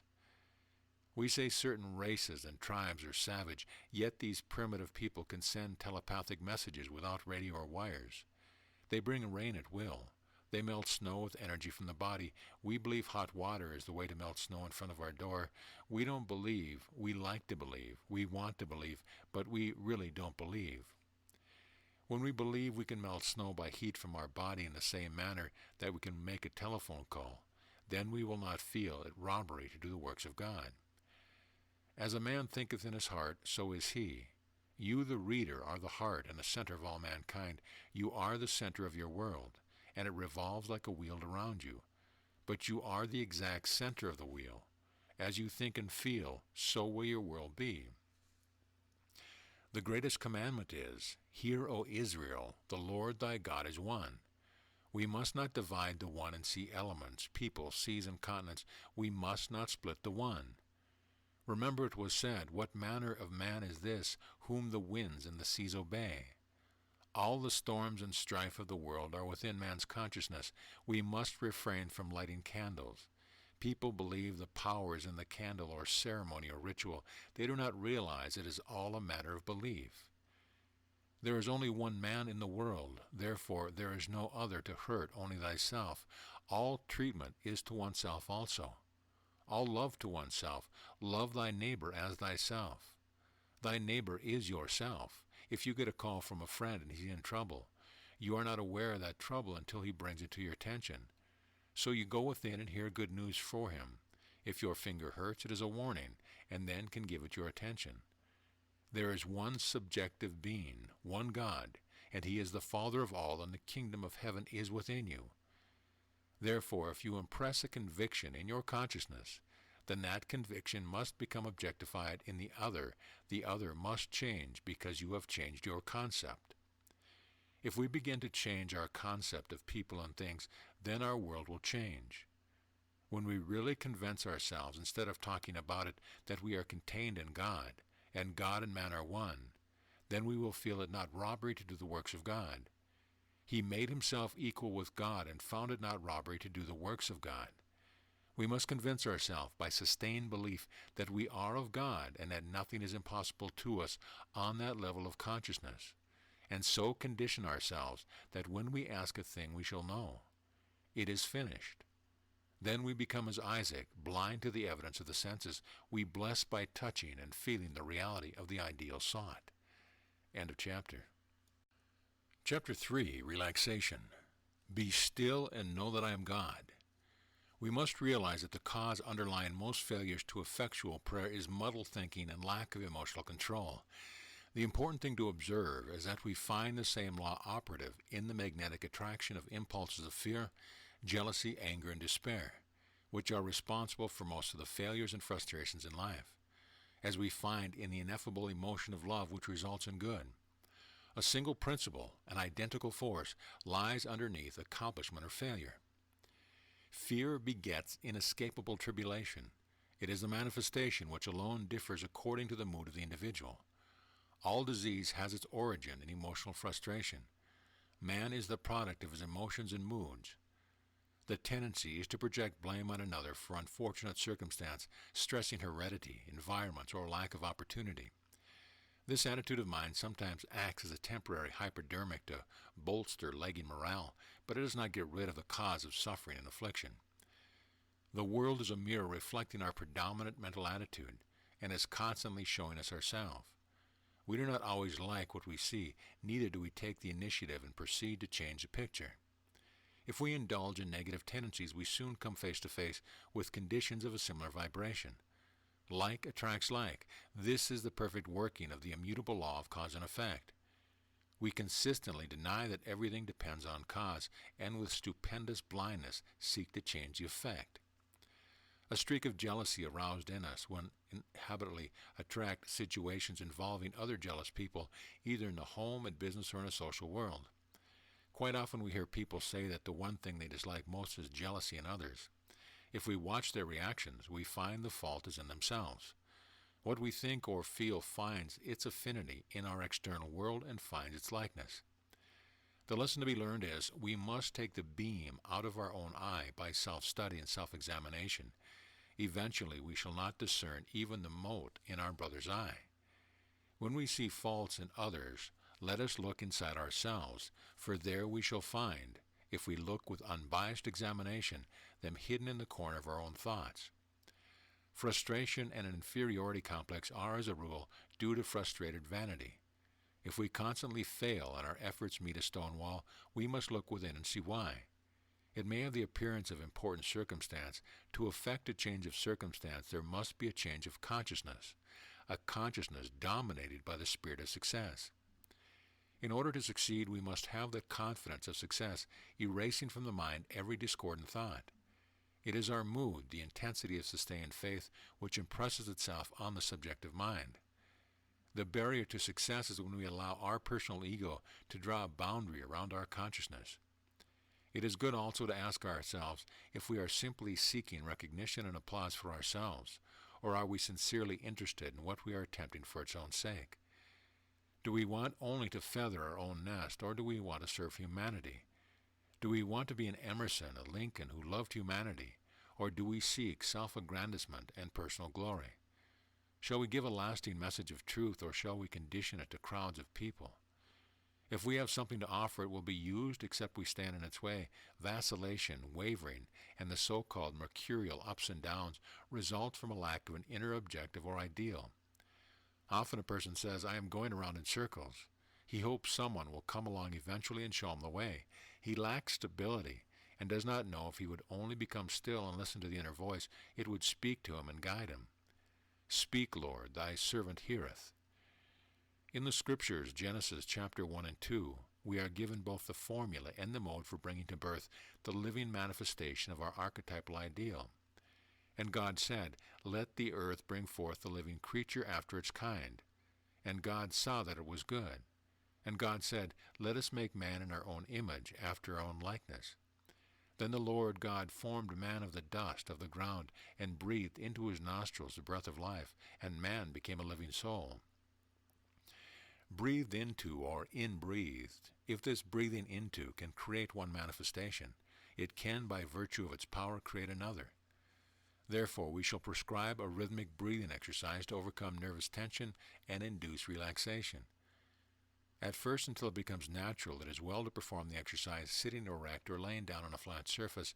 There can be no accomplishment where there is tension. Effortless effort is the maxim for all spiritual progress, which is the prerequisite of all earthly achievement. Exercise. 1. Your chest, neck, and head should be held in as straight a line as possible. 2. Then inhale through the nostrils, mentally counting 6 pulse throbs. 3. Hold breath during 3 counts. 4. Exhale through the nostril during 6 counts. 5. Hold lungs empty during 3 counts. And 6. Repeat as often as desired, as no slightest discomfort is felt. After a little practice, the rhythm will be perfectly established without necessity of mentally counting. When this is achieved, all tenseness and effort will disappear, and complete relaxation results. Later you can execute this exercise with perfect ease while walking, each step a rhythmic unit of count. However, in the beginning, especially for city dwellers where there is a continued interruption of traffic crossing and congestion, it is better to confine the exercise to the sitting or lying down position. In addition to the physical reaction of this rhythmic breathing, there is a spiritual response. With each inhalation, you may impregnate your subconscious with whatever suggestion you wish. It is important to remember that suggestions should be practiced simultaneously with the in-breathing. This chapter is written primarily for beginners and for those students who have not learned the fine art of relaxation and repose, which is akin to sleep. The latter is really a device intended to induce the auto-hypnotic state, which is most ideal for impressing the subconscious. For example, if you are gloomy or despondent, as you breathe in, orally or mentally say, I am happy, and feel it, smile. This exercise may be repeated 24 or 100 times at one time, and repeated as often as you like. When we learn to breathe rhythmically, its effect on the nervous system is such that all tension is dissolved. All of us know that from a physiological standpoint, deep diaphragmatic breathing is very beneficial in promoting bodily well-being. The sensation of well-being, which always follows the drawing of a deep breath, favors the acceptance of any new suggestion. During these breathing exercises, we should visualize ourselves as we long to be, full of vigor and health.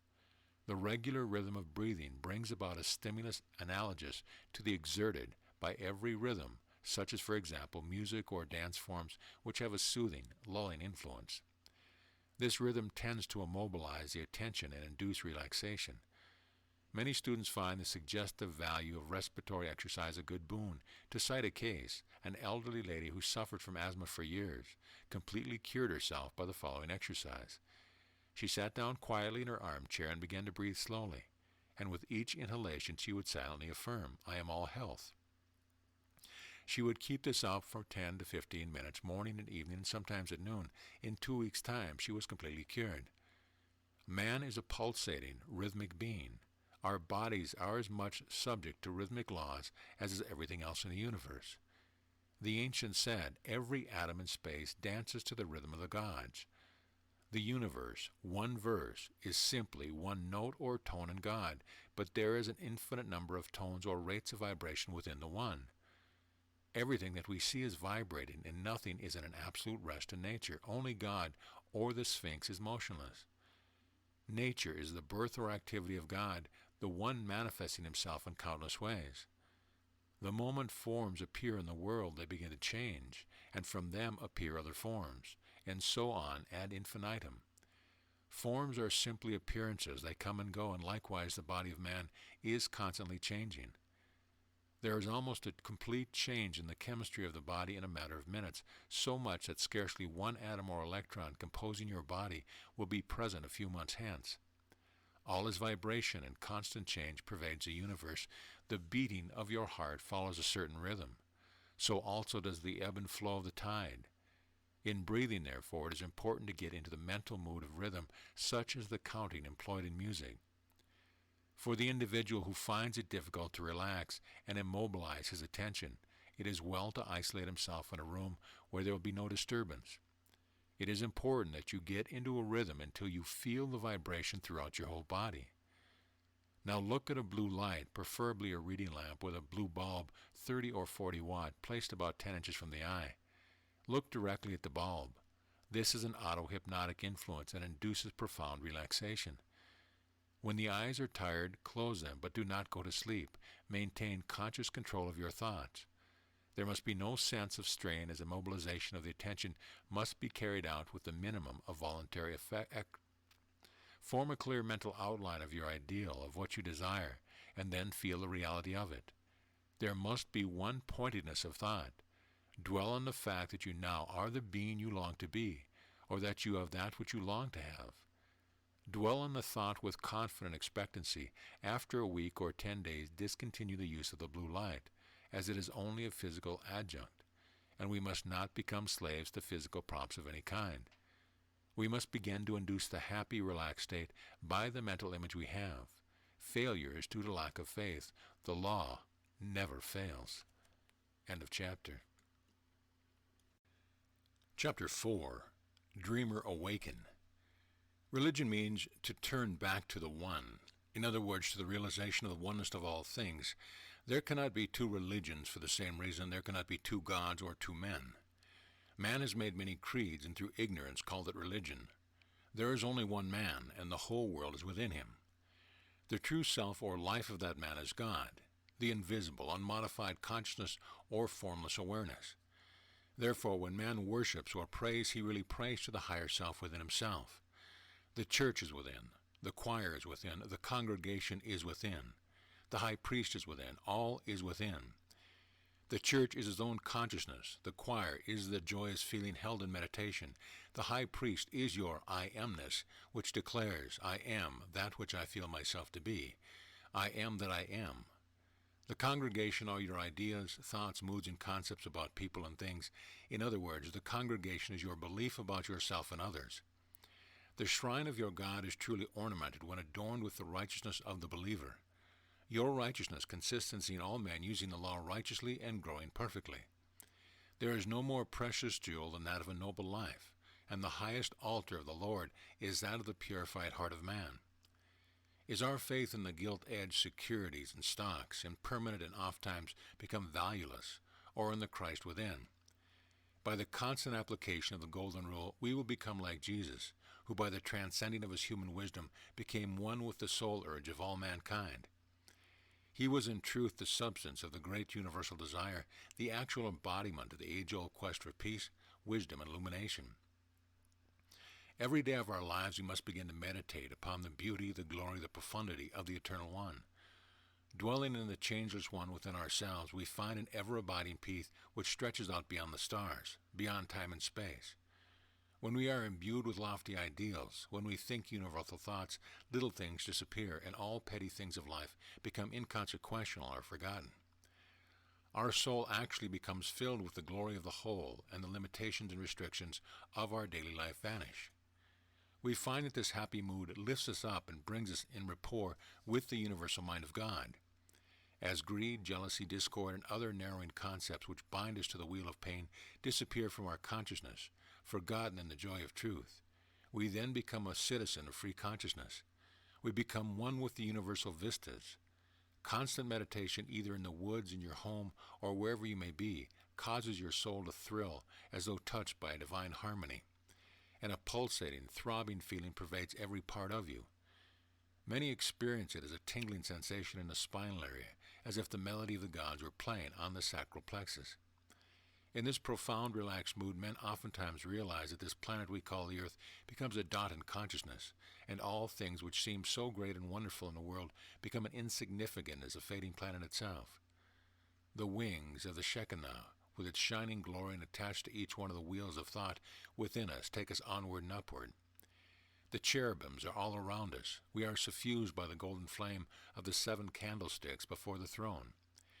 We float in this formless awareness beyond the stars until finally the flickering lights of the stars, sun, moons vanish in the eternity within ourselves. We find that the immensity of being is our true self. We have found the all. There is neither time nor space, now nor then, neither he nor she, only the ever-flowing reality flowing on forever. All things we once witnessed are now a forgotten dream. The dreamer has awakened, and for an infinitesimal moment partaken of a glimpse of reality. You have found there is nothing but you and the Sphinx, the unmoved mover of all. The inscrutable face of the Sphinx, the ageless one which changes, not is found to be in your true identity, the Christ within, the Lord of Lords, the King of Kings, and the Prince of Peace, the Ancient of Ancients. Blessed be he, the Ancient of Days. You now cease dreaming, but you continue contemplating the moment which lasts forever. You are the solid which reached its melting point and have melted into the boundless one. His thoughts are your thoughts, his heart is your heart, his dream is your dream, his contemplation is your contemplation. Then you know that you have finished the works which he gave it you to do. Now you sing the song of the Lamb, saying, Now, O Father, glorify thou me with thine own self, with the glory which I had with thee before the world was. Before the world was, I am. Before Abraham was, I am. When all things cease to be, I am. I am the only living reality, the timeless one within man. The lost word has been found. You have truly finished the work here when you have discovered who you are and returned to the glory of the Father. In the instant you become one with the all, you find you are the world in motion. Gravitation, time, and space are all within you. You know now that you are Alpha and Omega, that which was, is, and ever shall be. All things in space now revolve and dance as countless wheels within you, the eternal wheel of the law. You are the creator of heaven and earth, whose dream is creation. You are also the dream, and when the dreamer awakens, the creation disintegrates. When all things cease to be, I am. All the world is but an infinite dream of the infinite one. When we come out of this meditative phase, we find we have fallen. Remember, man, from whence thou hast fallen, and do the first works. Even though we have returned to time and space, we must forever keep our eyes upward. We find we are never the same again and will always remain in the world, but not of it. We will become Jesus the Christ, or God-man. We then say, I in thee, and thou in me, and I am glorified in thee. To us all men are simply aspects of ourselves, parts and members of the one body ourselves. I sanctify myself that they also may be sanctified in the truth. All men will become the all and see the transcendent glory which was there before the world was. All imperfect parts will become perfect and one with reality and eternity. The resurrection comes as a sunrise and never sees night. It remains forever. For we are now one with our Father and thus perfect. We have truly returned to the glory of the Father, to go no more out in rags and sackcloth. End of chapter. Chapter 5, The Man of Tomorrow. The motto of the Man of Tomorrow will be careful for nothing. This simply means that he will be indifferent to the failure of the law. It is a conditioning process. The law here referred to is the Lord God Jehovah. To put it simply, this means the law of God in manifestation, or the wisdom of God in operation. The man who becomes indifferent to the law is one who has perfect control of his subconscious and directs it wisely so that whatever he feels can be done is automatically put into effect. To such a man there is no failure because he believes that all things are possible to God. He knows the divinity that shapes our ends is the God in smiling repose within himself, the subjective mind. The man of tomorrow will immediately embody his desires by so disciplining the mind to acceptance that all his wishes will be immediately fulfilled. He will not use effort to lift tables, pianos, or to wash dishes. He will simply sit in an armchair, and in a partially subjective or passive state, see all these things done. The man of tomorrow will not have to use a switch to turn on a light, as he knows all light is within himself. I am the light of the world. His own I amness contains all suns, planets, stars, moons. Therefore, at his will, all light emanates from him. It will be impossible for him to be sunburnt, as he controls all rays which are really within himself. Incidentally, no one is burnt by the sun. The burns come from within man due to his belief or fear of sunburn. Home, a Scotsman in 1843, used to go through windows, lift tables at random without touching them, and increase or diminish his height at will.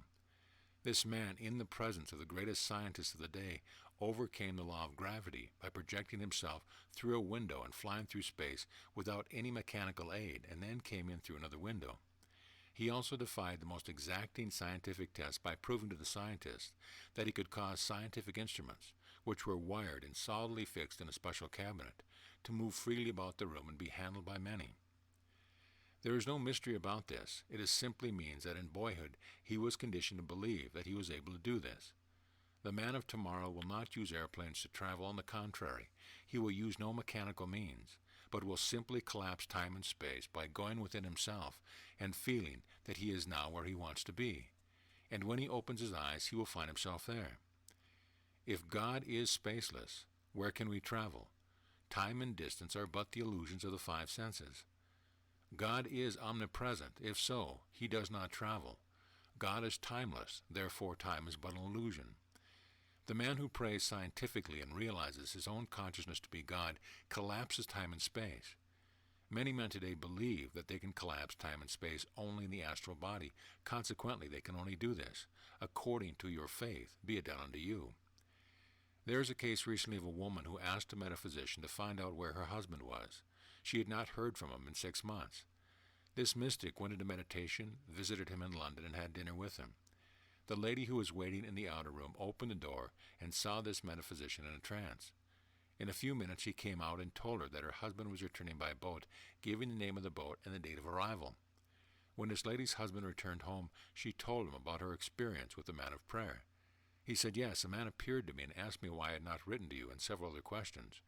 We ate together, and at the time I did not think this question strange, but when he disappeared, as we went through the door of the hotel, I thought the experience rather unusual." We must condition ourselves to collapse time and space bodily and not astrally.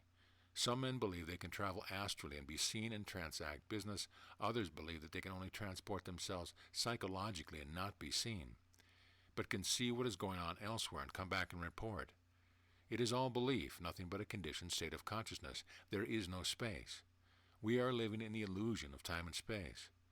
There are men in America today and other parts of the world who never use streetcars, trains, or other means of conveyance to go home. They simply realize in consciousness that they are where they wish to be. The man of tomorrow will not go from New York to London. He knows that London is within himself, so he brings there here. There-ness becomes here-ness.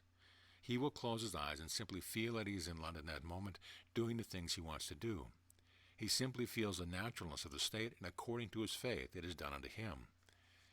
Again, there is no mystery about this. We must begin to practice collapsing time and space now, today, and finally it will become a conviction, and our demonstrations will be instantaneous. The ancient mystics knew all about the law of mathematics, geometry, aerodynamics, engineering, but they saw no need for an airplane or train. The law of gravity is simply a belief of man, that is all.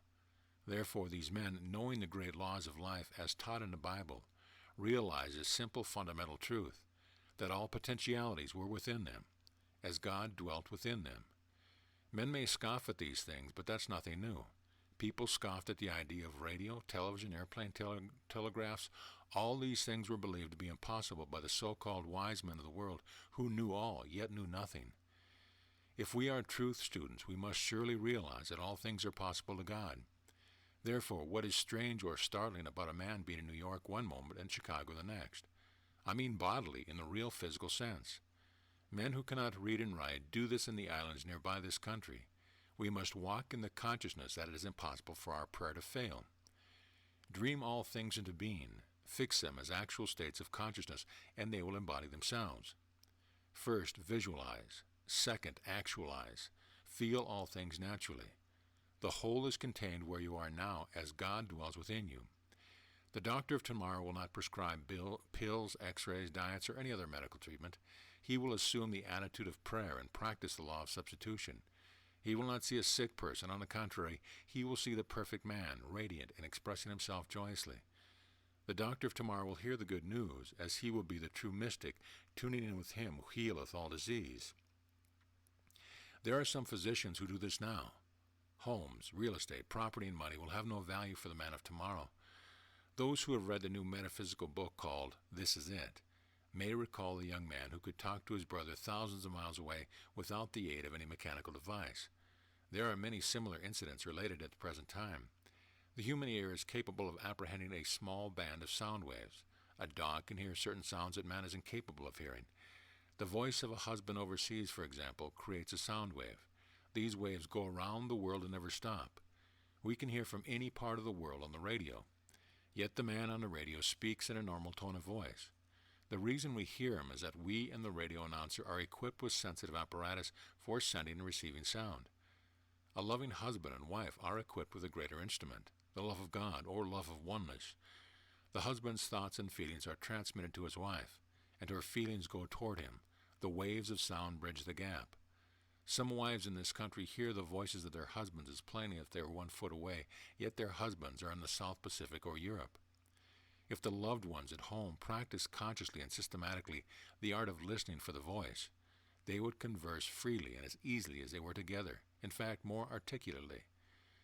The man of tomorrow will not use radio, television, telegraph, or any instrument. All those would be obsolete. He will use only his mind.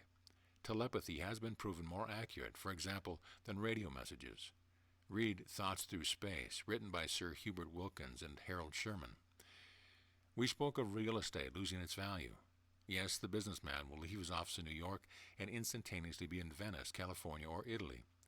He will not need that summer home or that air-cooled automobile or that yacht in the ocean. What can you give that man of tomorrow? He will have all things. You can't sell him sunshine. He commands the winds and the waves. If you want money for something, he will put up his hands in the air and give you some coins. All things are in the air. Mentally, he will mine the air and precipitate what you ask. Nothing is made, nothing becomes, all is, and all is God. The man of tomorrow will not be a cynic, the so-called wise man. He will be the humble man who believes, I believe, Lord, help thou mine unbelief. The man of tomorrow will also be able to project his vision to any part of the world and to see the person to whom he wishes to talk. He will not have to resort to television for this. He that hath made the ear, can he not hear? He that hath made the eye, can he not see? When we turn within to our own consciousness, which is God, we are at the seat of causation, seat of all power. Consequently, we don't have to pay any attention to what medical science or any science says about our limited capacity to see and to hear.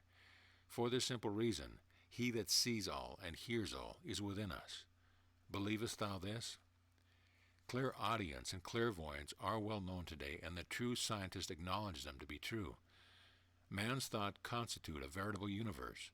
A man and a woman in love with each other will grow into a single harmony. If we love God by tuning in and claiming his attributes, we will grow into his likeness, and then will not feel it robbery to do the works of God. Man is God walking the earth, but man has forgotten it. We really tune in with our higher self when we tune in with God. The man who sings the song of the Lamb, I am Christ, is the man of tomorrow. The doors may be shut and the windows barred, but the man of tomorrow will appear in the midst of the assemblage in the flesh. He will walk on the water and appear and reappear at will. These occurrences will be so common that people will no longer say, what manner of this is this whom the winds and the seas obey? The man of tomorrow will be spirit-like. The sun will not burn him. The weather may be 30 degrees below zero, and he will not feel the cold. Thunderbolts might split the skyscrapers. The rivers may rise and flood the valleys, and he will not be afraid. He will mount the clouds. He will ride the sun and moon, and ramble at ease beyond the 4 seas. He knows no death, and has no thought of pain or gain. End of chapter.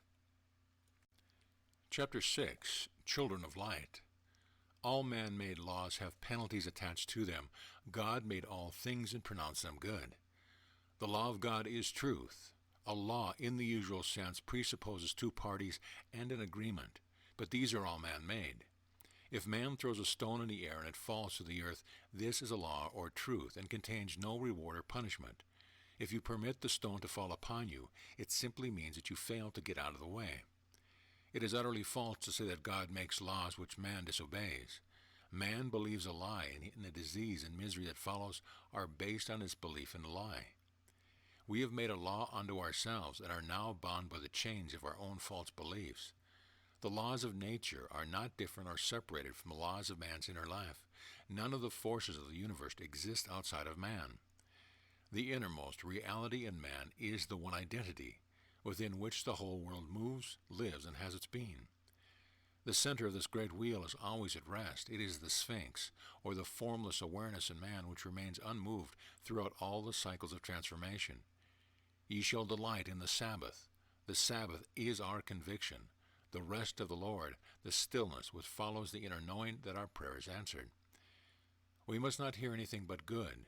When you hear a person criticize another, you are actually hearing him tell you who he is. You do not have to check on his references. He has completely revealed his character to you, and character is destiny. All the things he criticized were within himself. At a truth lecture, members of the audience frequently say, "I am exceedingly glad I brought my husband or wife, or the case may be, tonight, for what you said certainly applied to him or her."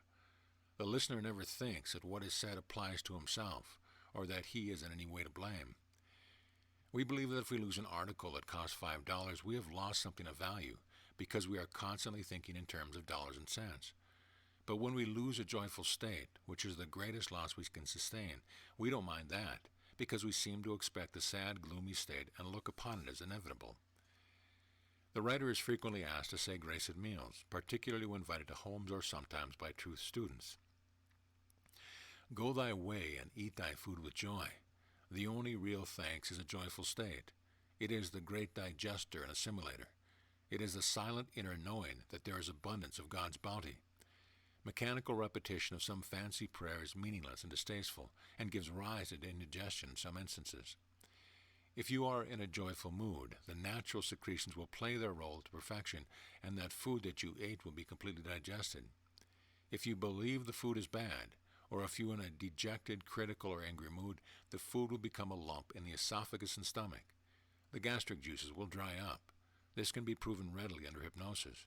If you are worried, it makes no difference what you eat. The result is always ulcers or the stomach or duodenum. Become relaxed and happy, and you are cured. The ulcers vanish, as they never really were. The ulcers existed because you continued to believe a lie in the opinions of man. Disease is what follows a belief. Some pray to entities in space for a cure, others take pills, others pray to a God outside themselves, wondering whether they are worthy. Praying is a hit-or-miss proposition to most people. They don't know whether their prayer is answered or will be answered. It is true that if a person believes in a pill, a cure will follow. It is the belief that cures, not the pill. A belief is one thing, and truth is another. The children of this day are in their generation wiser than the children of light. Matthew 16:8. And I say unto you, make to yourself friends of the mammon of unrighteousness, that when ye fail, they may receive you into everlasting habitation. Luke 16:9. This means that it is better for a man to believe in something rather than not have faith in anything. For the children of this day are those who have worldly beliefs, such as a superstition that a rabbit's foot will protect them from all harm while driving. If man believes this implicitly, so long as he has the rabbit's foot, he will be immune to harm. Of course, the stupidity and falsity of this belief are manifest to the truth student who knows that when the rabbit's foot is lost or stolen, the owner's God is lost and misfortune follows. However, such a man, though he may believe that if he lights a candle or several candles, someone will be healed, is wiser than the children of light, meaning a person who has heard and acknowledged truth, but fails to apply it is no wiser than he was before.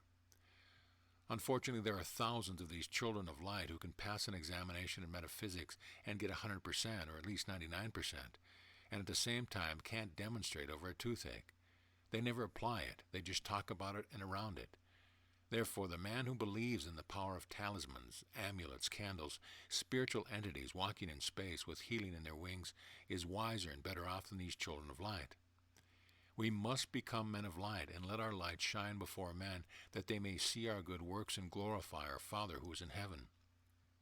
The food that we eat must be spiritual, the bread from heaven which is the living truth. This gives us health and happiness. When we sit down to eat, let us believe that what we are eating is good for us. If we are eating under protest, it will do us harm. If we drink a cocktail to please our hostess and we feel it is bad for us, it will work harm. It is not what we would like to believe, but what we really believe that matters. Some people like to tilt tables while they eat and to produce sounds at will in different parts of the table. This procedure is due to a certain state of consciousness and not due to spirits. It is due to a law of disassociation.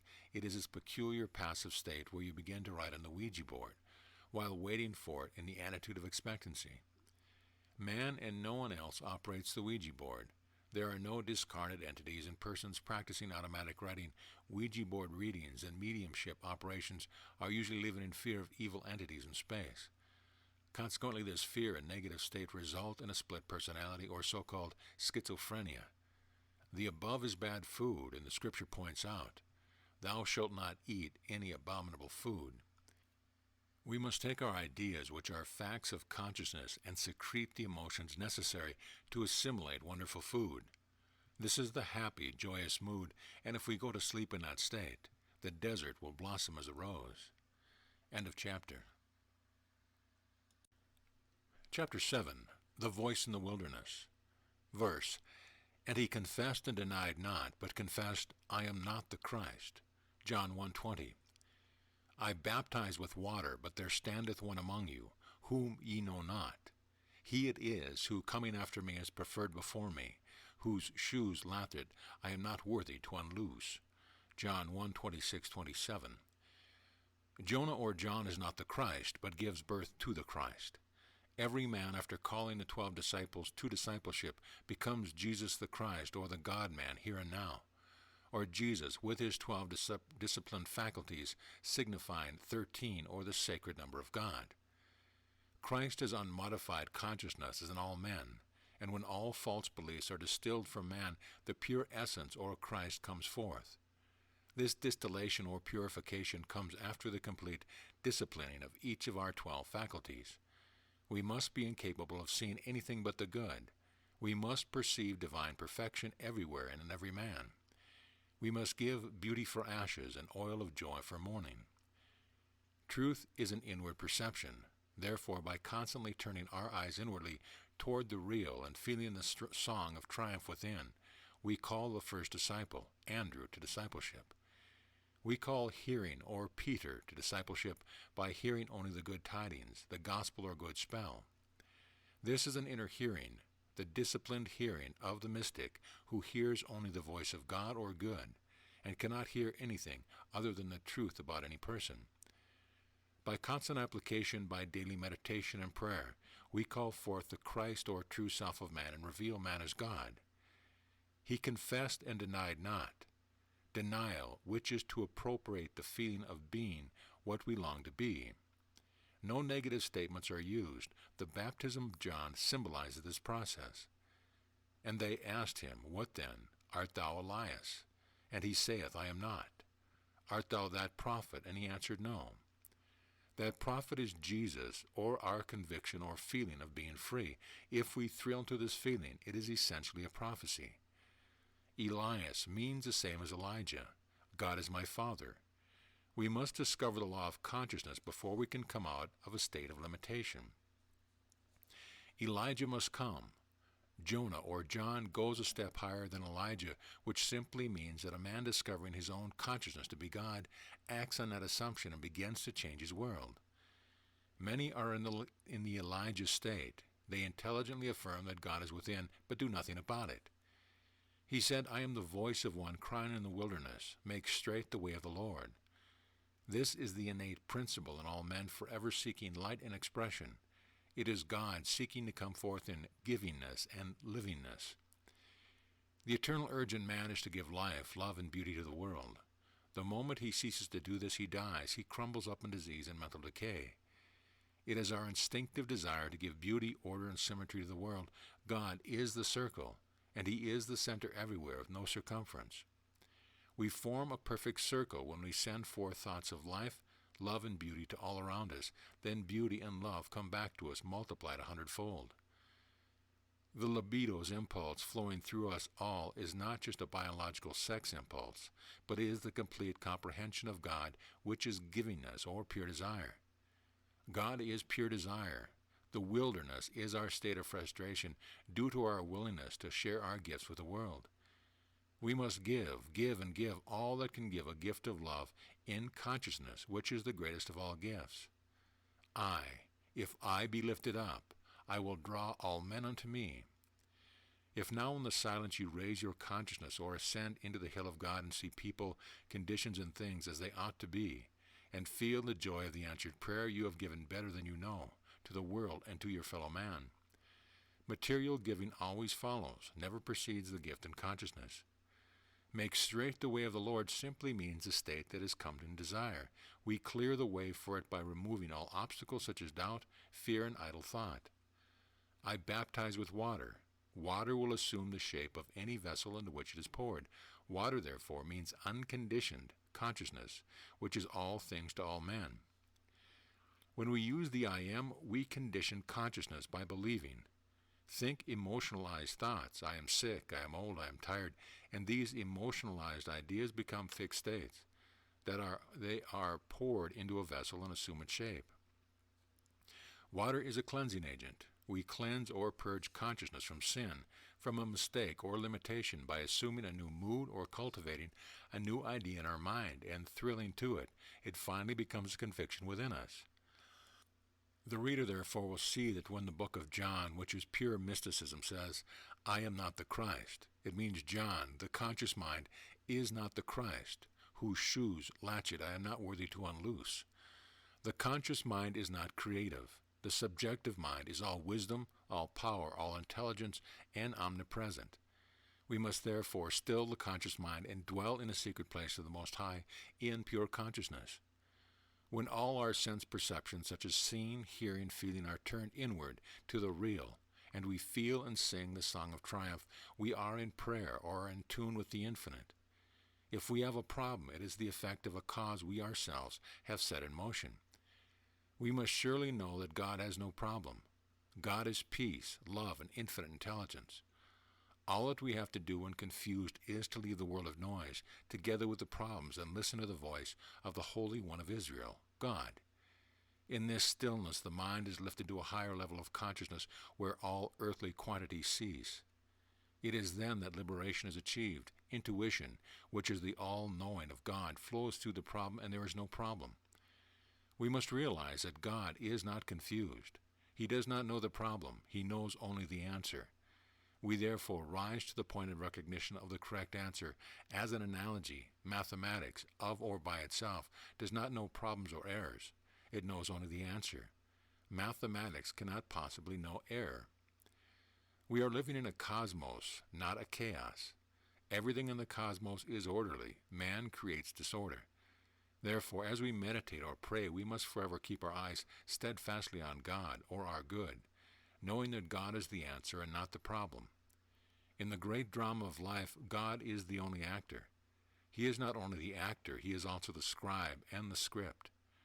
Man is God's radiation, an extension of the limitless one, playing for a little while the billions of parts we call personal lives. When the particular role is ended, the garment no longer needed disintegrates, and the spirit which gave it life returns to its source. For are we not told, nothing is lost in all my holy mount? When man dies, his spirit lives on in all men. It never dies. It carries on until the end of the cosmic day, until all are reabsorbed into the one. The perfect man is not born yet, but when one man sees him face to face, no one can imagine what a cataclysm will take place.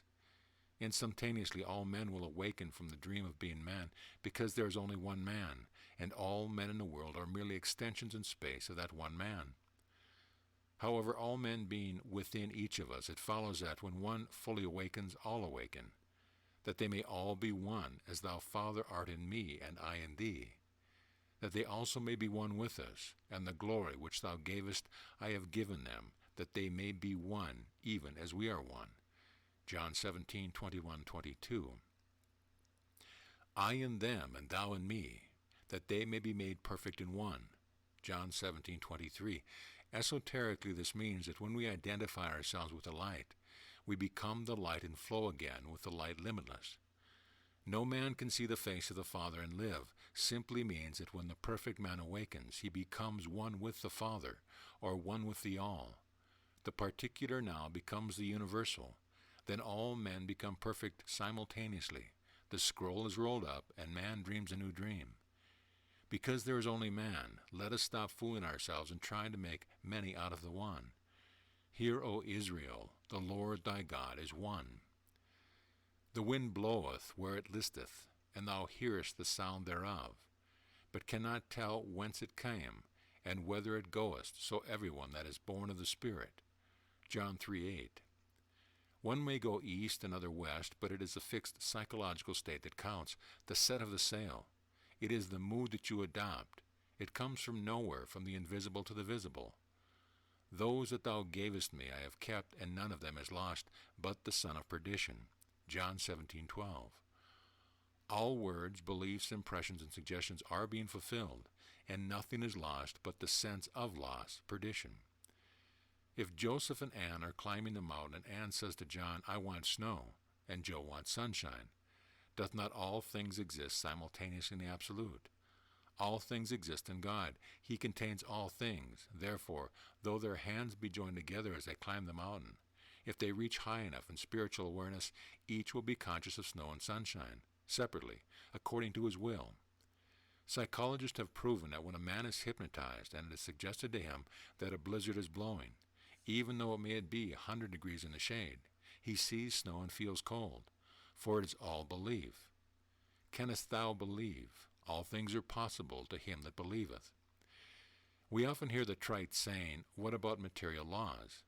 The only material laws that were given birth by you, the reader, and exist as long as you believe them. Though you now believe in the laws of motion, some do not, and are therefore not subject to the same law. Jesus said, I come to make the blind see, and those that see blind, meaning all things exist now, but we refuse to believe it. Canst thou believe that you, your consciousness, are God, walking the earth, and when you think and act from the absolute consciousness level? Consciousness, or God, ever creates in its image and likeness on microcosmic as well as macrocosmic scales. The created is always relative to the creator consciousness. End of chapter. Chapter 8. Sleep, the Sabbath. When thou goest, it shall lead thee. When thou sleepest, it shall keep thee. And when thou awakest, it shall talk with thee. Proverbs 6:22. In sleep we are united with our Father every night. We become one with the Ancient of Days. Prior to falling asleep, students of the mysteries must learn to behold the scintillating white light that shines forever on the great white throne, which is the secret place of the Most High, or the Holy of Holies within man. We can imagine that we see this white light, and this will completely still the mind. Nothing can appear on this white screen without our permission. Now we are first in the pool. No man can get into this pool of silence but our I am, which is first person and present tense. But while I am, cometh another step down toward me, John 5:7. That which steps down before you are the idle thoughts such as fear, doubt, despair, self-pity, and similar moods. If you banish these evil spirits or moods, Jesus, your own I amness, will speak softly and say, Rise, take up thy bed and walk. Then the healing comes. Meditating on the eternal verities and the inner glory and beauties of the deity, man feels a movement within him. This is a divine light, and it is visible as a golden yellow light. Words cannot always define and formulate the things behind the veil. There are, of course, many mystical experiences which we cannot express with words, the ecstasy of heavenly bliss, of love and happiness. Meditation is that inner communion which works like a thief in the night, silently in man's own soul. This mood cannot be expressed in words or language, as it is beyond all formulation into word symbolism. To enter into the silence is intercommunion with the self or Christ within. This is the nearest approach to the invisible. To receive inspirational Bible passages, the following procedure will be found very helpful. Begin to imagine and dwell on the fact that in the deep of yourself sits the King of Kings, the Lord of Lords, and the Prince of Peace, whose dress is white. So also is the appearance of the light of his face. Imagine his being sitting upon a throne of scintillating light, that he may give light to you. Realize now that your intellect is being anointed by the Christ or truth. You will find your spine tingles and your forehead becomes moist. This is the dew from heaven. My head is filled with dew. Elohim shall give thee of the dew of heaven. Many good people think that sleep is intended for rest of the body, an inertia of mind and body. It is believed that a restorative process sets in, resulting in a feeling of well-being due to the fact that there is a restoration of physical energy. The reason we go to sleep is to develop spiritually and for no other purpose. Therefore, it is of paramount importance that we avoid all discordant states prior to sleep. The divinity that shapes our end is all-wise and has so arranged it that man is compelled to withdraw from the world of noise, which is not conducive to spiritual unfoldment. Man is divinely guided in sleep. Answers to many problems are given him in the sleep state. Formulas, inventive devices, poems, contents for many volumes are also given in this dream state. The contents of many chapters in chemical textbooks and in engineering laboratories of the world appeared in a dream, an answer to the request of the dreamer. Sleep, therefore, does not mean rest for the physical body in the sense of inactivity, mental or otherwise. On the contrary, sleep protects one from the confusion, chaos, and distraction of the objective sense world. Paul said, I die daily. Sleep is akin to death. The only difference being that in the so-called sleep of death, we sleep a little longer. There is no absence in the one presence, therefore we cannot go outside ourselves, and all experiences take place in our own consciousness. Suppose, for example, you want to invent or discover something, and you have no precedent to go by, no textbook reference. You may have a vague idea of what you want to invent or discover, and that is all. The technique is simple. Learn all you can about it objectively, and then in a passive state, dwell on a mental picture of that which you wish to invent. Then turn your mental picture over to your subconscious mind and go to sleep. When you awaken, be sure and follow the hunches you receive. It sometimes comes as an inner feeling that the solution lies in a certain direction or in a certain group of facts. You will find that many times the entire formula or solution may appear in a dream. In such a case, it is wise to have a pencil near you as you sleep, so that when you awaken you may jot down the impressions that come to you in your dreams. Some say, I never dream. We all dream, and if you don't remember your dreams, simply suggest to your subconscious before you drop off to sleep one word: remember. It knows what you want to remember and will faithfully follow your instructions. As we all know, the subconscious never sleeps. If you are a writer, teacher, doctor, housewife, or stenographer, you can utilize this great truth to your advantage night after night. Give your subconscious the right mental picture to go to work on each night, knowing it will reproduce your request in exact accordance with your desire. The book of Genesis says that God rested the seventh day. Some good people reading the Bible literally seem to think that God was fatigued or needed rest after 6 days of work. Such a conception, of course, is unthinkable and absurd. And God blessed the seventh day and hallowed it, because that in it he rested from all his work which God had created and made. This quotation has nothing whatever to do with physical repose or rest. The Sabbath may be any hour or moment of the day or night. It means the supreme satisfaction that follows prayer, an inner knowing that what you prayed for is an established fact in your own consciousness, and as within, so without. Therefore, in calmness and in peace, you await the external evidence of the inner experience. We have 2 ears, 2 nostrils, 2 eyes, and 7th a mouth, though this, as Plato says, mortal things have their entrance, immortal their exit. All the food we eat is consumed into tissue, bone, muscle. Finally, the body disintegrates and returns to the elements. But in the silence, communion with God, when the 7 faculties are stilled, the still small voice of the undying God speaks through the lips. This may be voice of intuition, the voice having healing in its vibration, or it may be the 4th dimensional feeling of, it is finished. This is the rest or Sabbath of the Lord. End of chapter. Chapter 9. The Temple Not Made with Hands. Verse, And King Solomon sent and fetched Hiram out of Tyre. He was a widow's son of the tribe of Naphtali, and his father was a man of Tyre, and a worker in brass. He was filled with wisdom and understanding to work all works in brass. And he came to King Solomon and wrought all his works. 1 Kings 7:13 and 14. In the center of man is forever burning the eternal flame of God. This center is the Holy of Holies in which abides the Absolute. The buildings adjacent to King Solomon's temples are your environment, family life, companionship, friends, in fact, every department of your life, business, and social. There must be no taint in any of them. Purity of purpose, integrity of action, self-mastery of thought, and emotion, generic virtue, all these are the fundamental basis for the erection of the temple not made with hands. This is man's participation and liberation. Thus can he seek entrance into the Holy of Holies.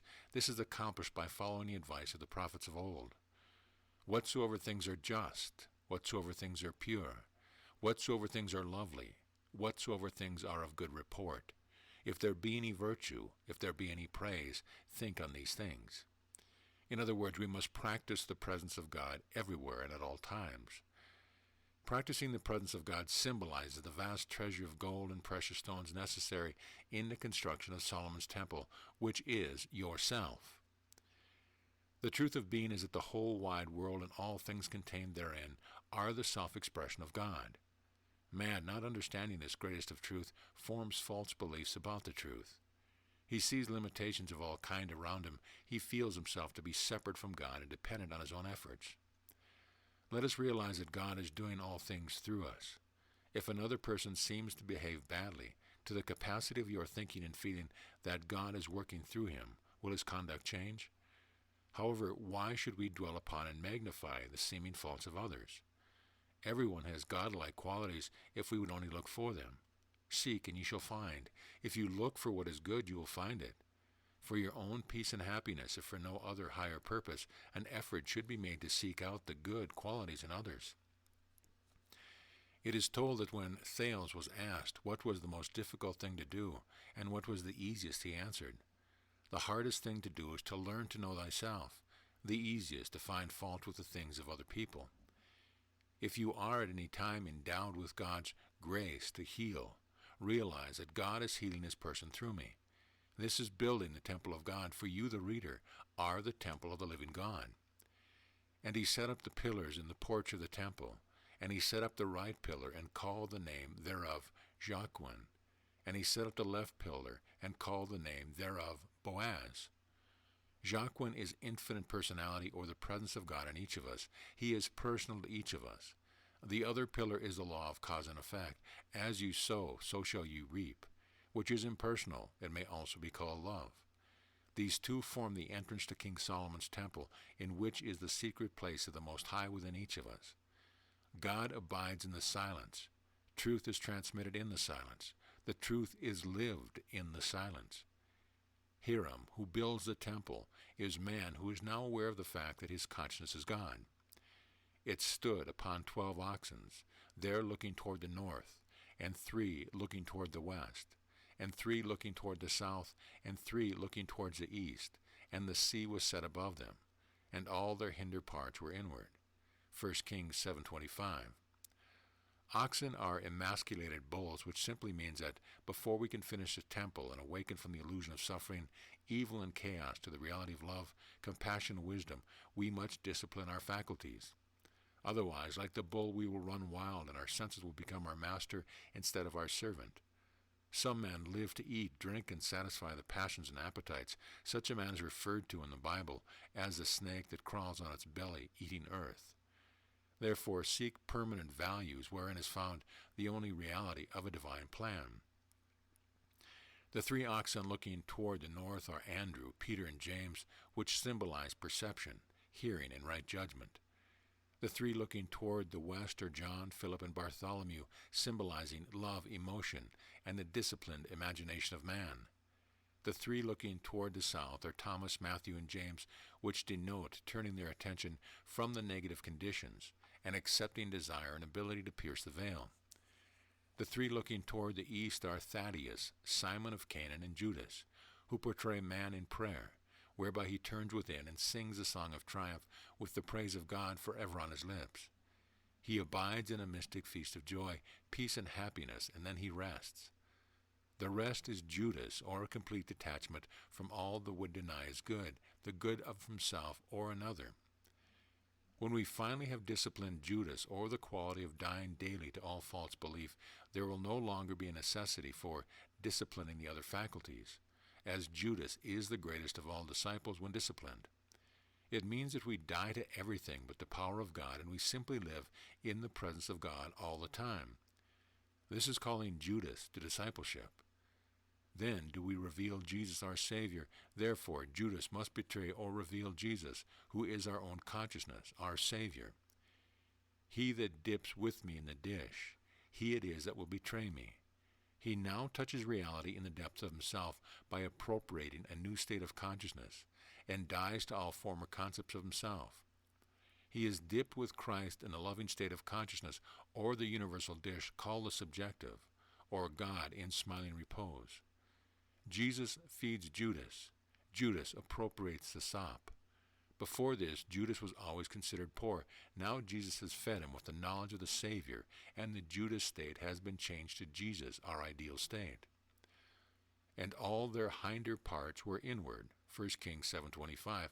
This means that in prayer we withdraw our faculties from the world of sense and turn inward toward the real, the one, the beautiful, and the good. In other words, we deny that which we see in the world of sound and go back to the silence. God abides in the silence. The Masonic legend states that Hiram was murdered by 3 ruffians before the temple was completed and dedicated. The 3 ruffians are our ignorance of the truth, our race beliefs, superstition, and fear. These 3 ruffians are in all of us and constantly slay the Christ principle. The truth student and mystic, of course, realizes this means we go through 3 degrees or steps every time we die to an old belief. These 3 degrees are recognition that Hiram is the seat of causation. Second, the new ideal or purified desire. And third, the feeling or conviction of now being the person you desire to be.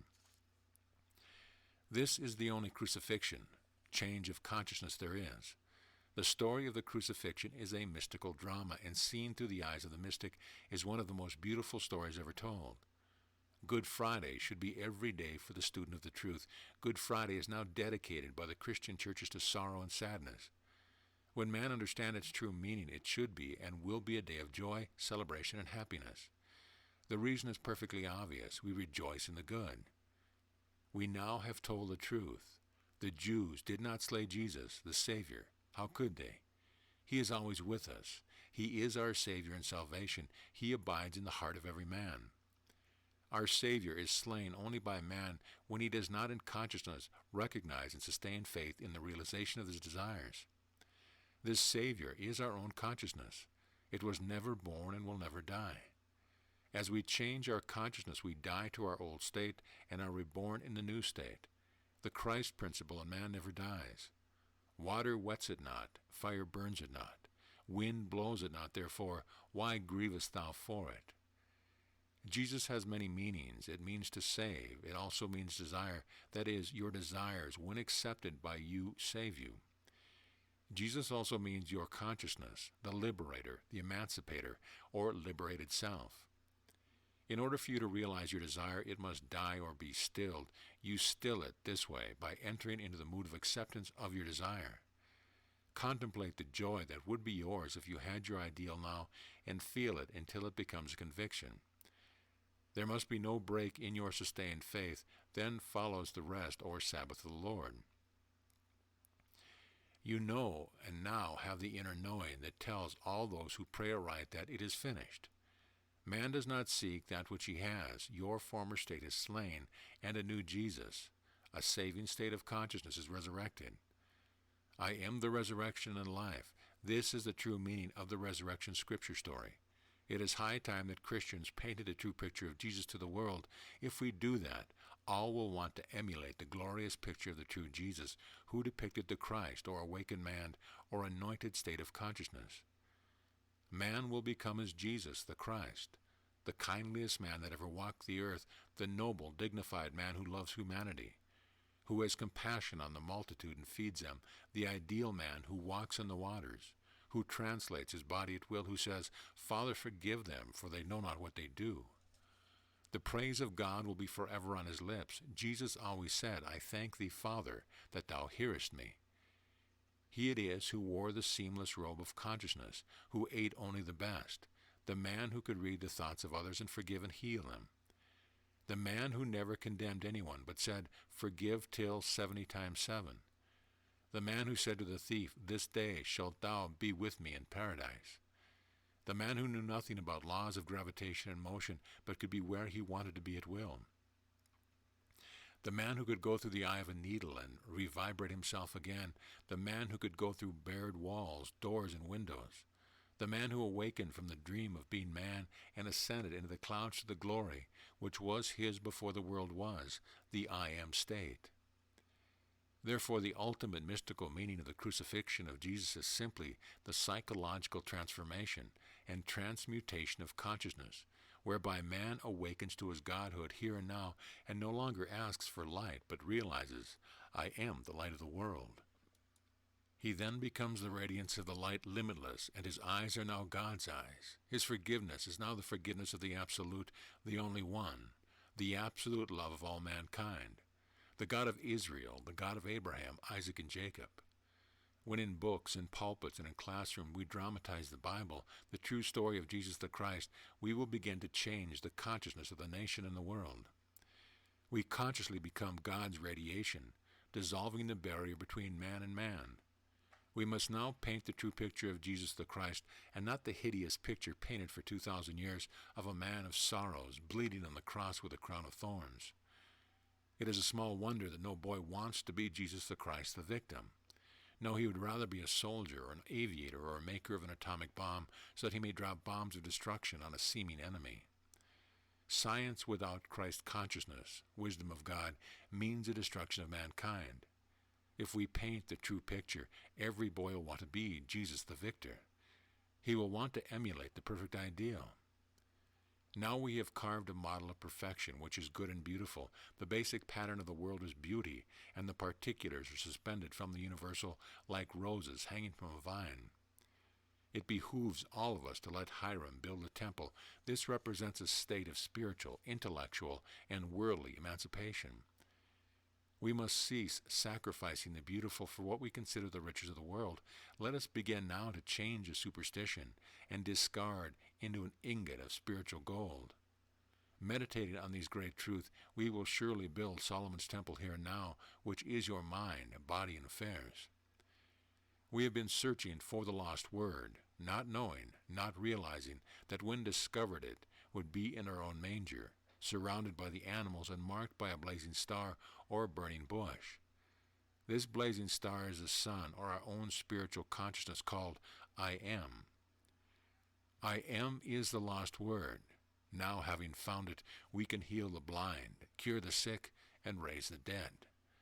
End of chapter. Chapter 10, The Temple Completed. The scripture says Hiram of Tyre was a widow's son. This means one who is anointed with the wisdom of God, one who has the know-how or understanding to apply universal principles. Hiram Abif means our father Hiram. Hiram really means I am, or our consciousness, which is the father of all.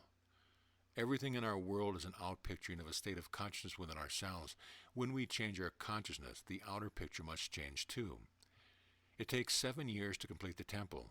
This means you must die daily to present precepts and keep on forever expanding your consciousness. Every thought of negation must die within you, and you must live only in the Christ truth or wisdom of God. The power to succeed is latent within everyone. There is a rest after every creative process. This is referred to as the 7 years, and as we continue creating and generating greater values in life, we go from glory to glory. And there was neither hammer nor axe nor any tool of iron heard in the house while it was in building. 1 Kings 6:7. We create only in the silence. We must learn the effortless way of life, which is to be still and know that I am God. If we accept all our desires and consciousness by actually feeling the reality of the wish fulfilled, the objective manifestation of each desire will appear on the screen of space without our devising ways and means. Universal principles always set in motion methods of attainment. As we continue conditioning ourselves by daily rejecting all false race beliefs, such as the necessity to work for a living, the time will ultimately come when the man of tomorrow will only think and the thought will be precipitated before the eyes. This will include food, home, real castles in the air, money, and everything tangible or concrete. This world should be the playground for man, as well as a school of learning wherein he paints the glories of God in statues, in stone, on canvas and flesh, speech, writing, and music. His first real work here is to meditate on the mysteries of life. These are the everlasting values. To the degree that we understand life, to the degree can the universe be the playground in which we truly enjoy life. We are meant to be happy. All wish for perfect peace and happiness. We cannot hope for more, nor need we pray for less. Our happiness depends on ourselves and not on others. We must learn to condition the weather at will and have any season of the year any time. All these things must be done without sound of hammer or voice of workman. King Solomon's temple means that each man is the king in his own right. Solomon is consciousness, or Father, Son, and Holy Ghost. Consciousness, idea, and the feeling of being it. Therefore, each man is king or master of his ideas, feelings, and actions, and he can build the house not made with hands, only in the silence, forever tuning in with the infinite. 3 men supervise the building of this temple.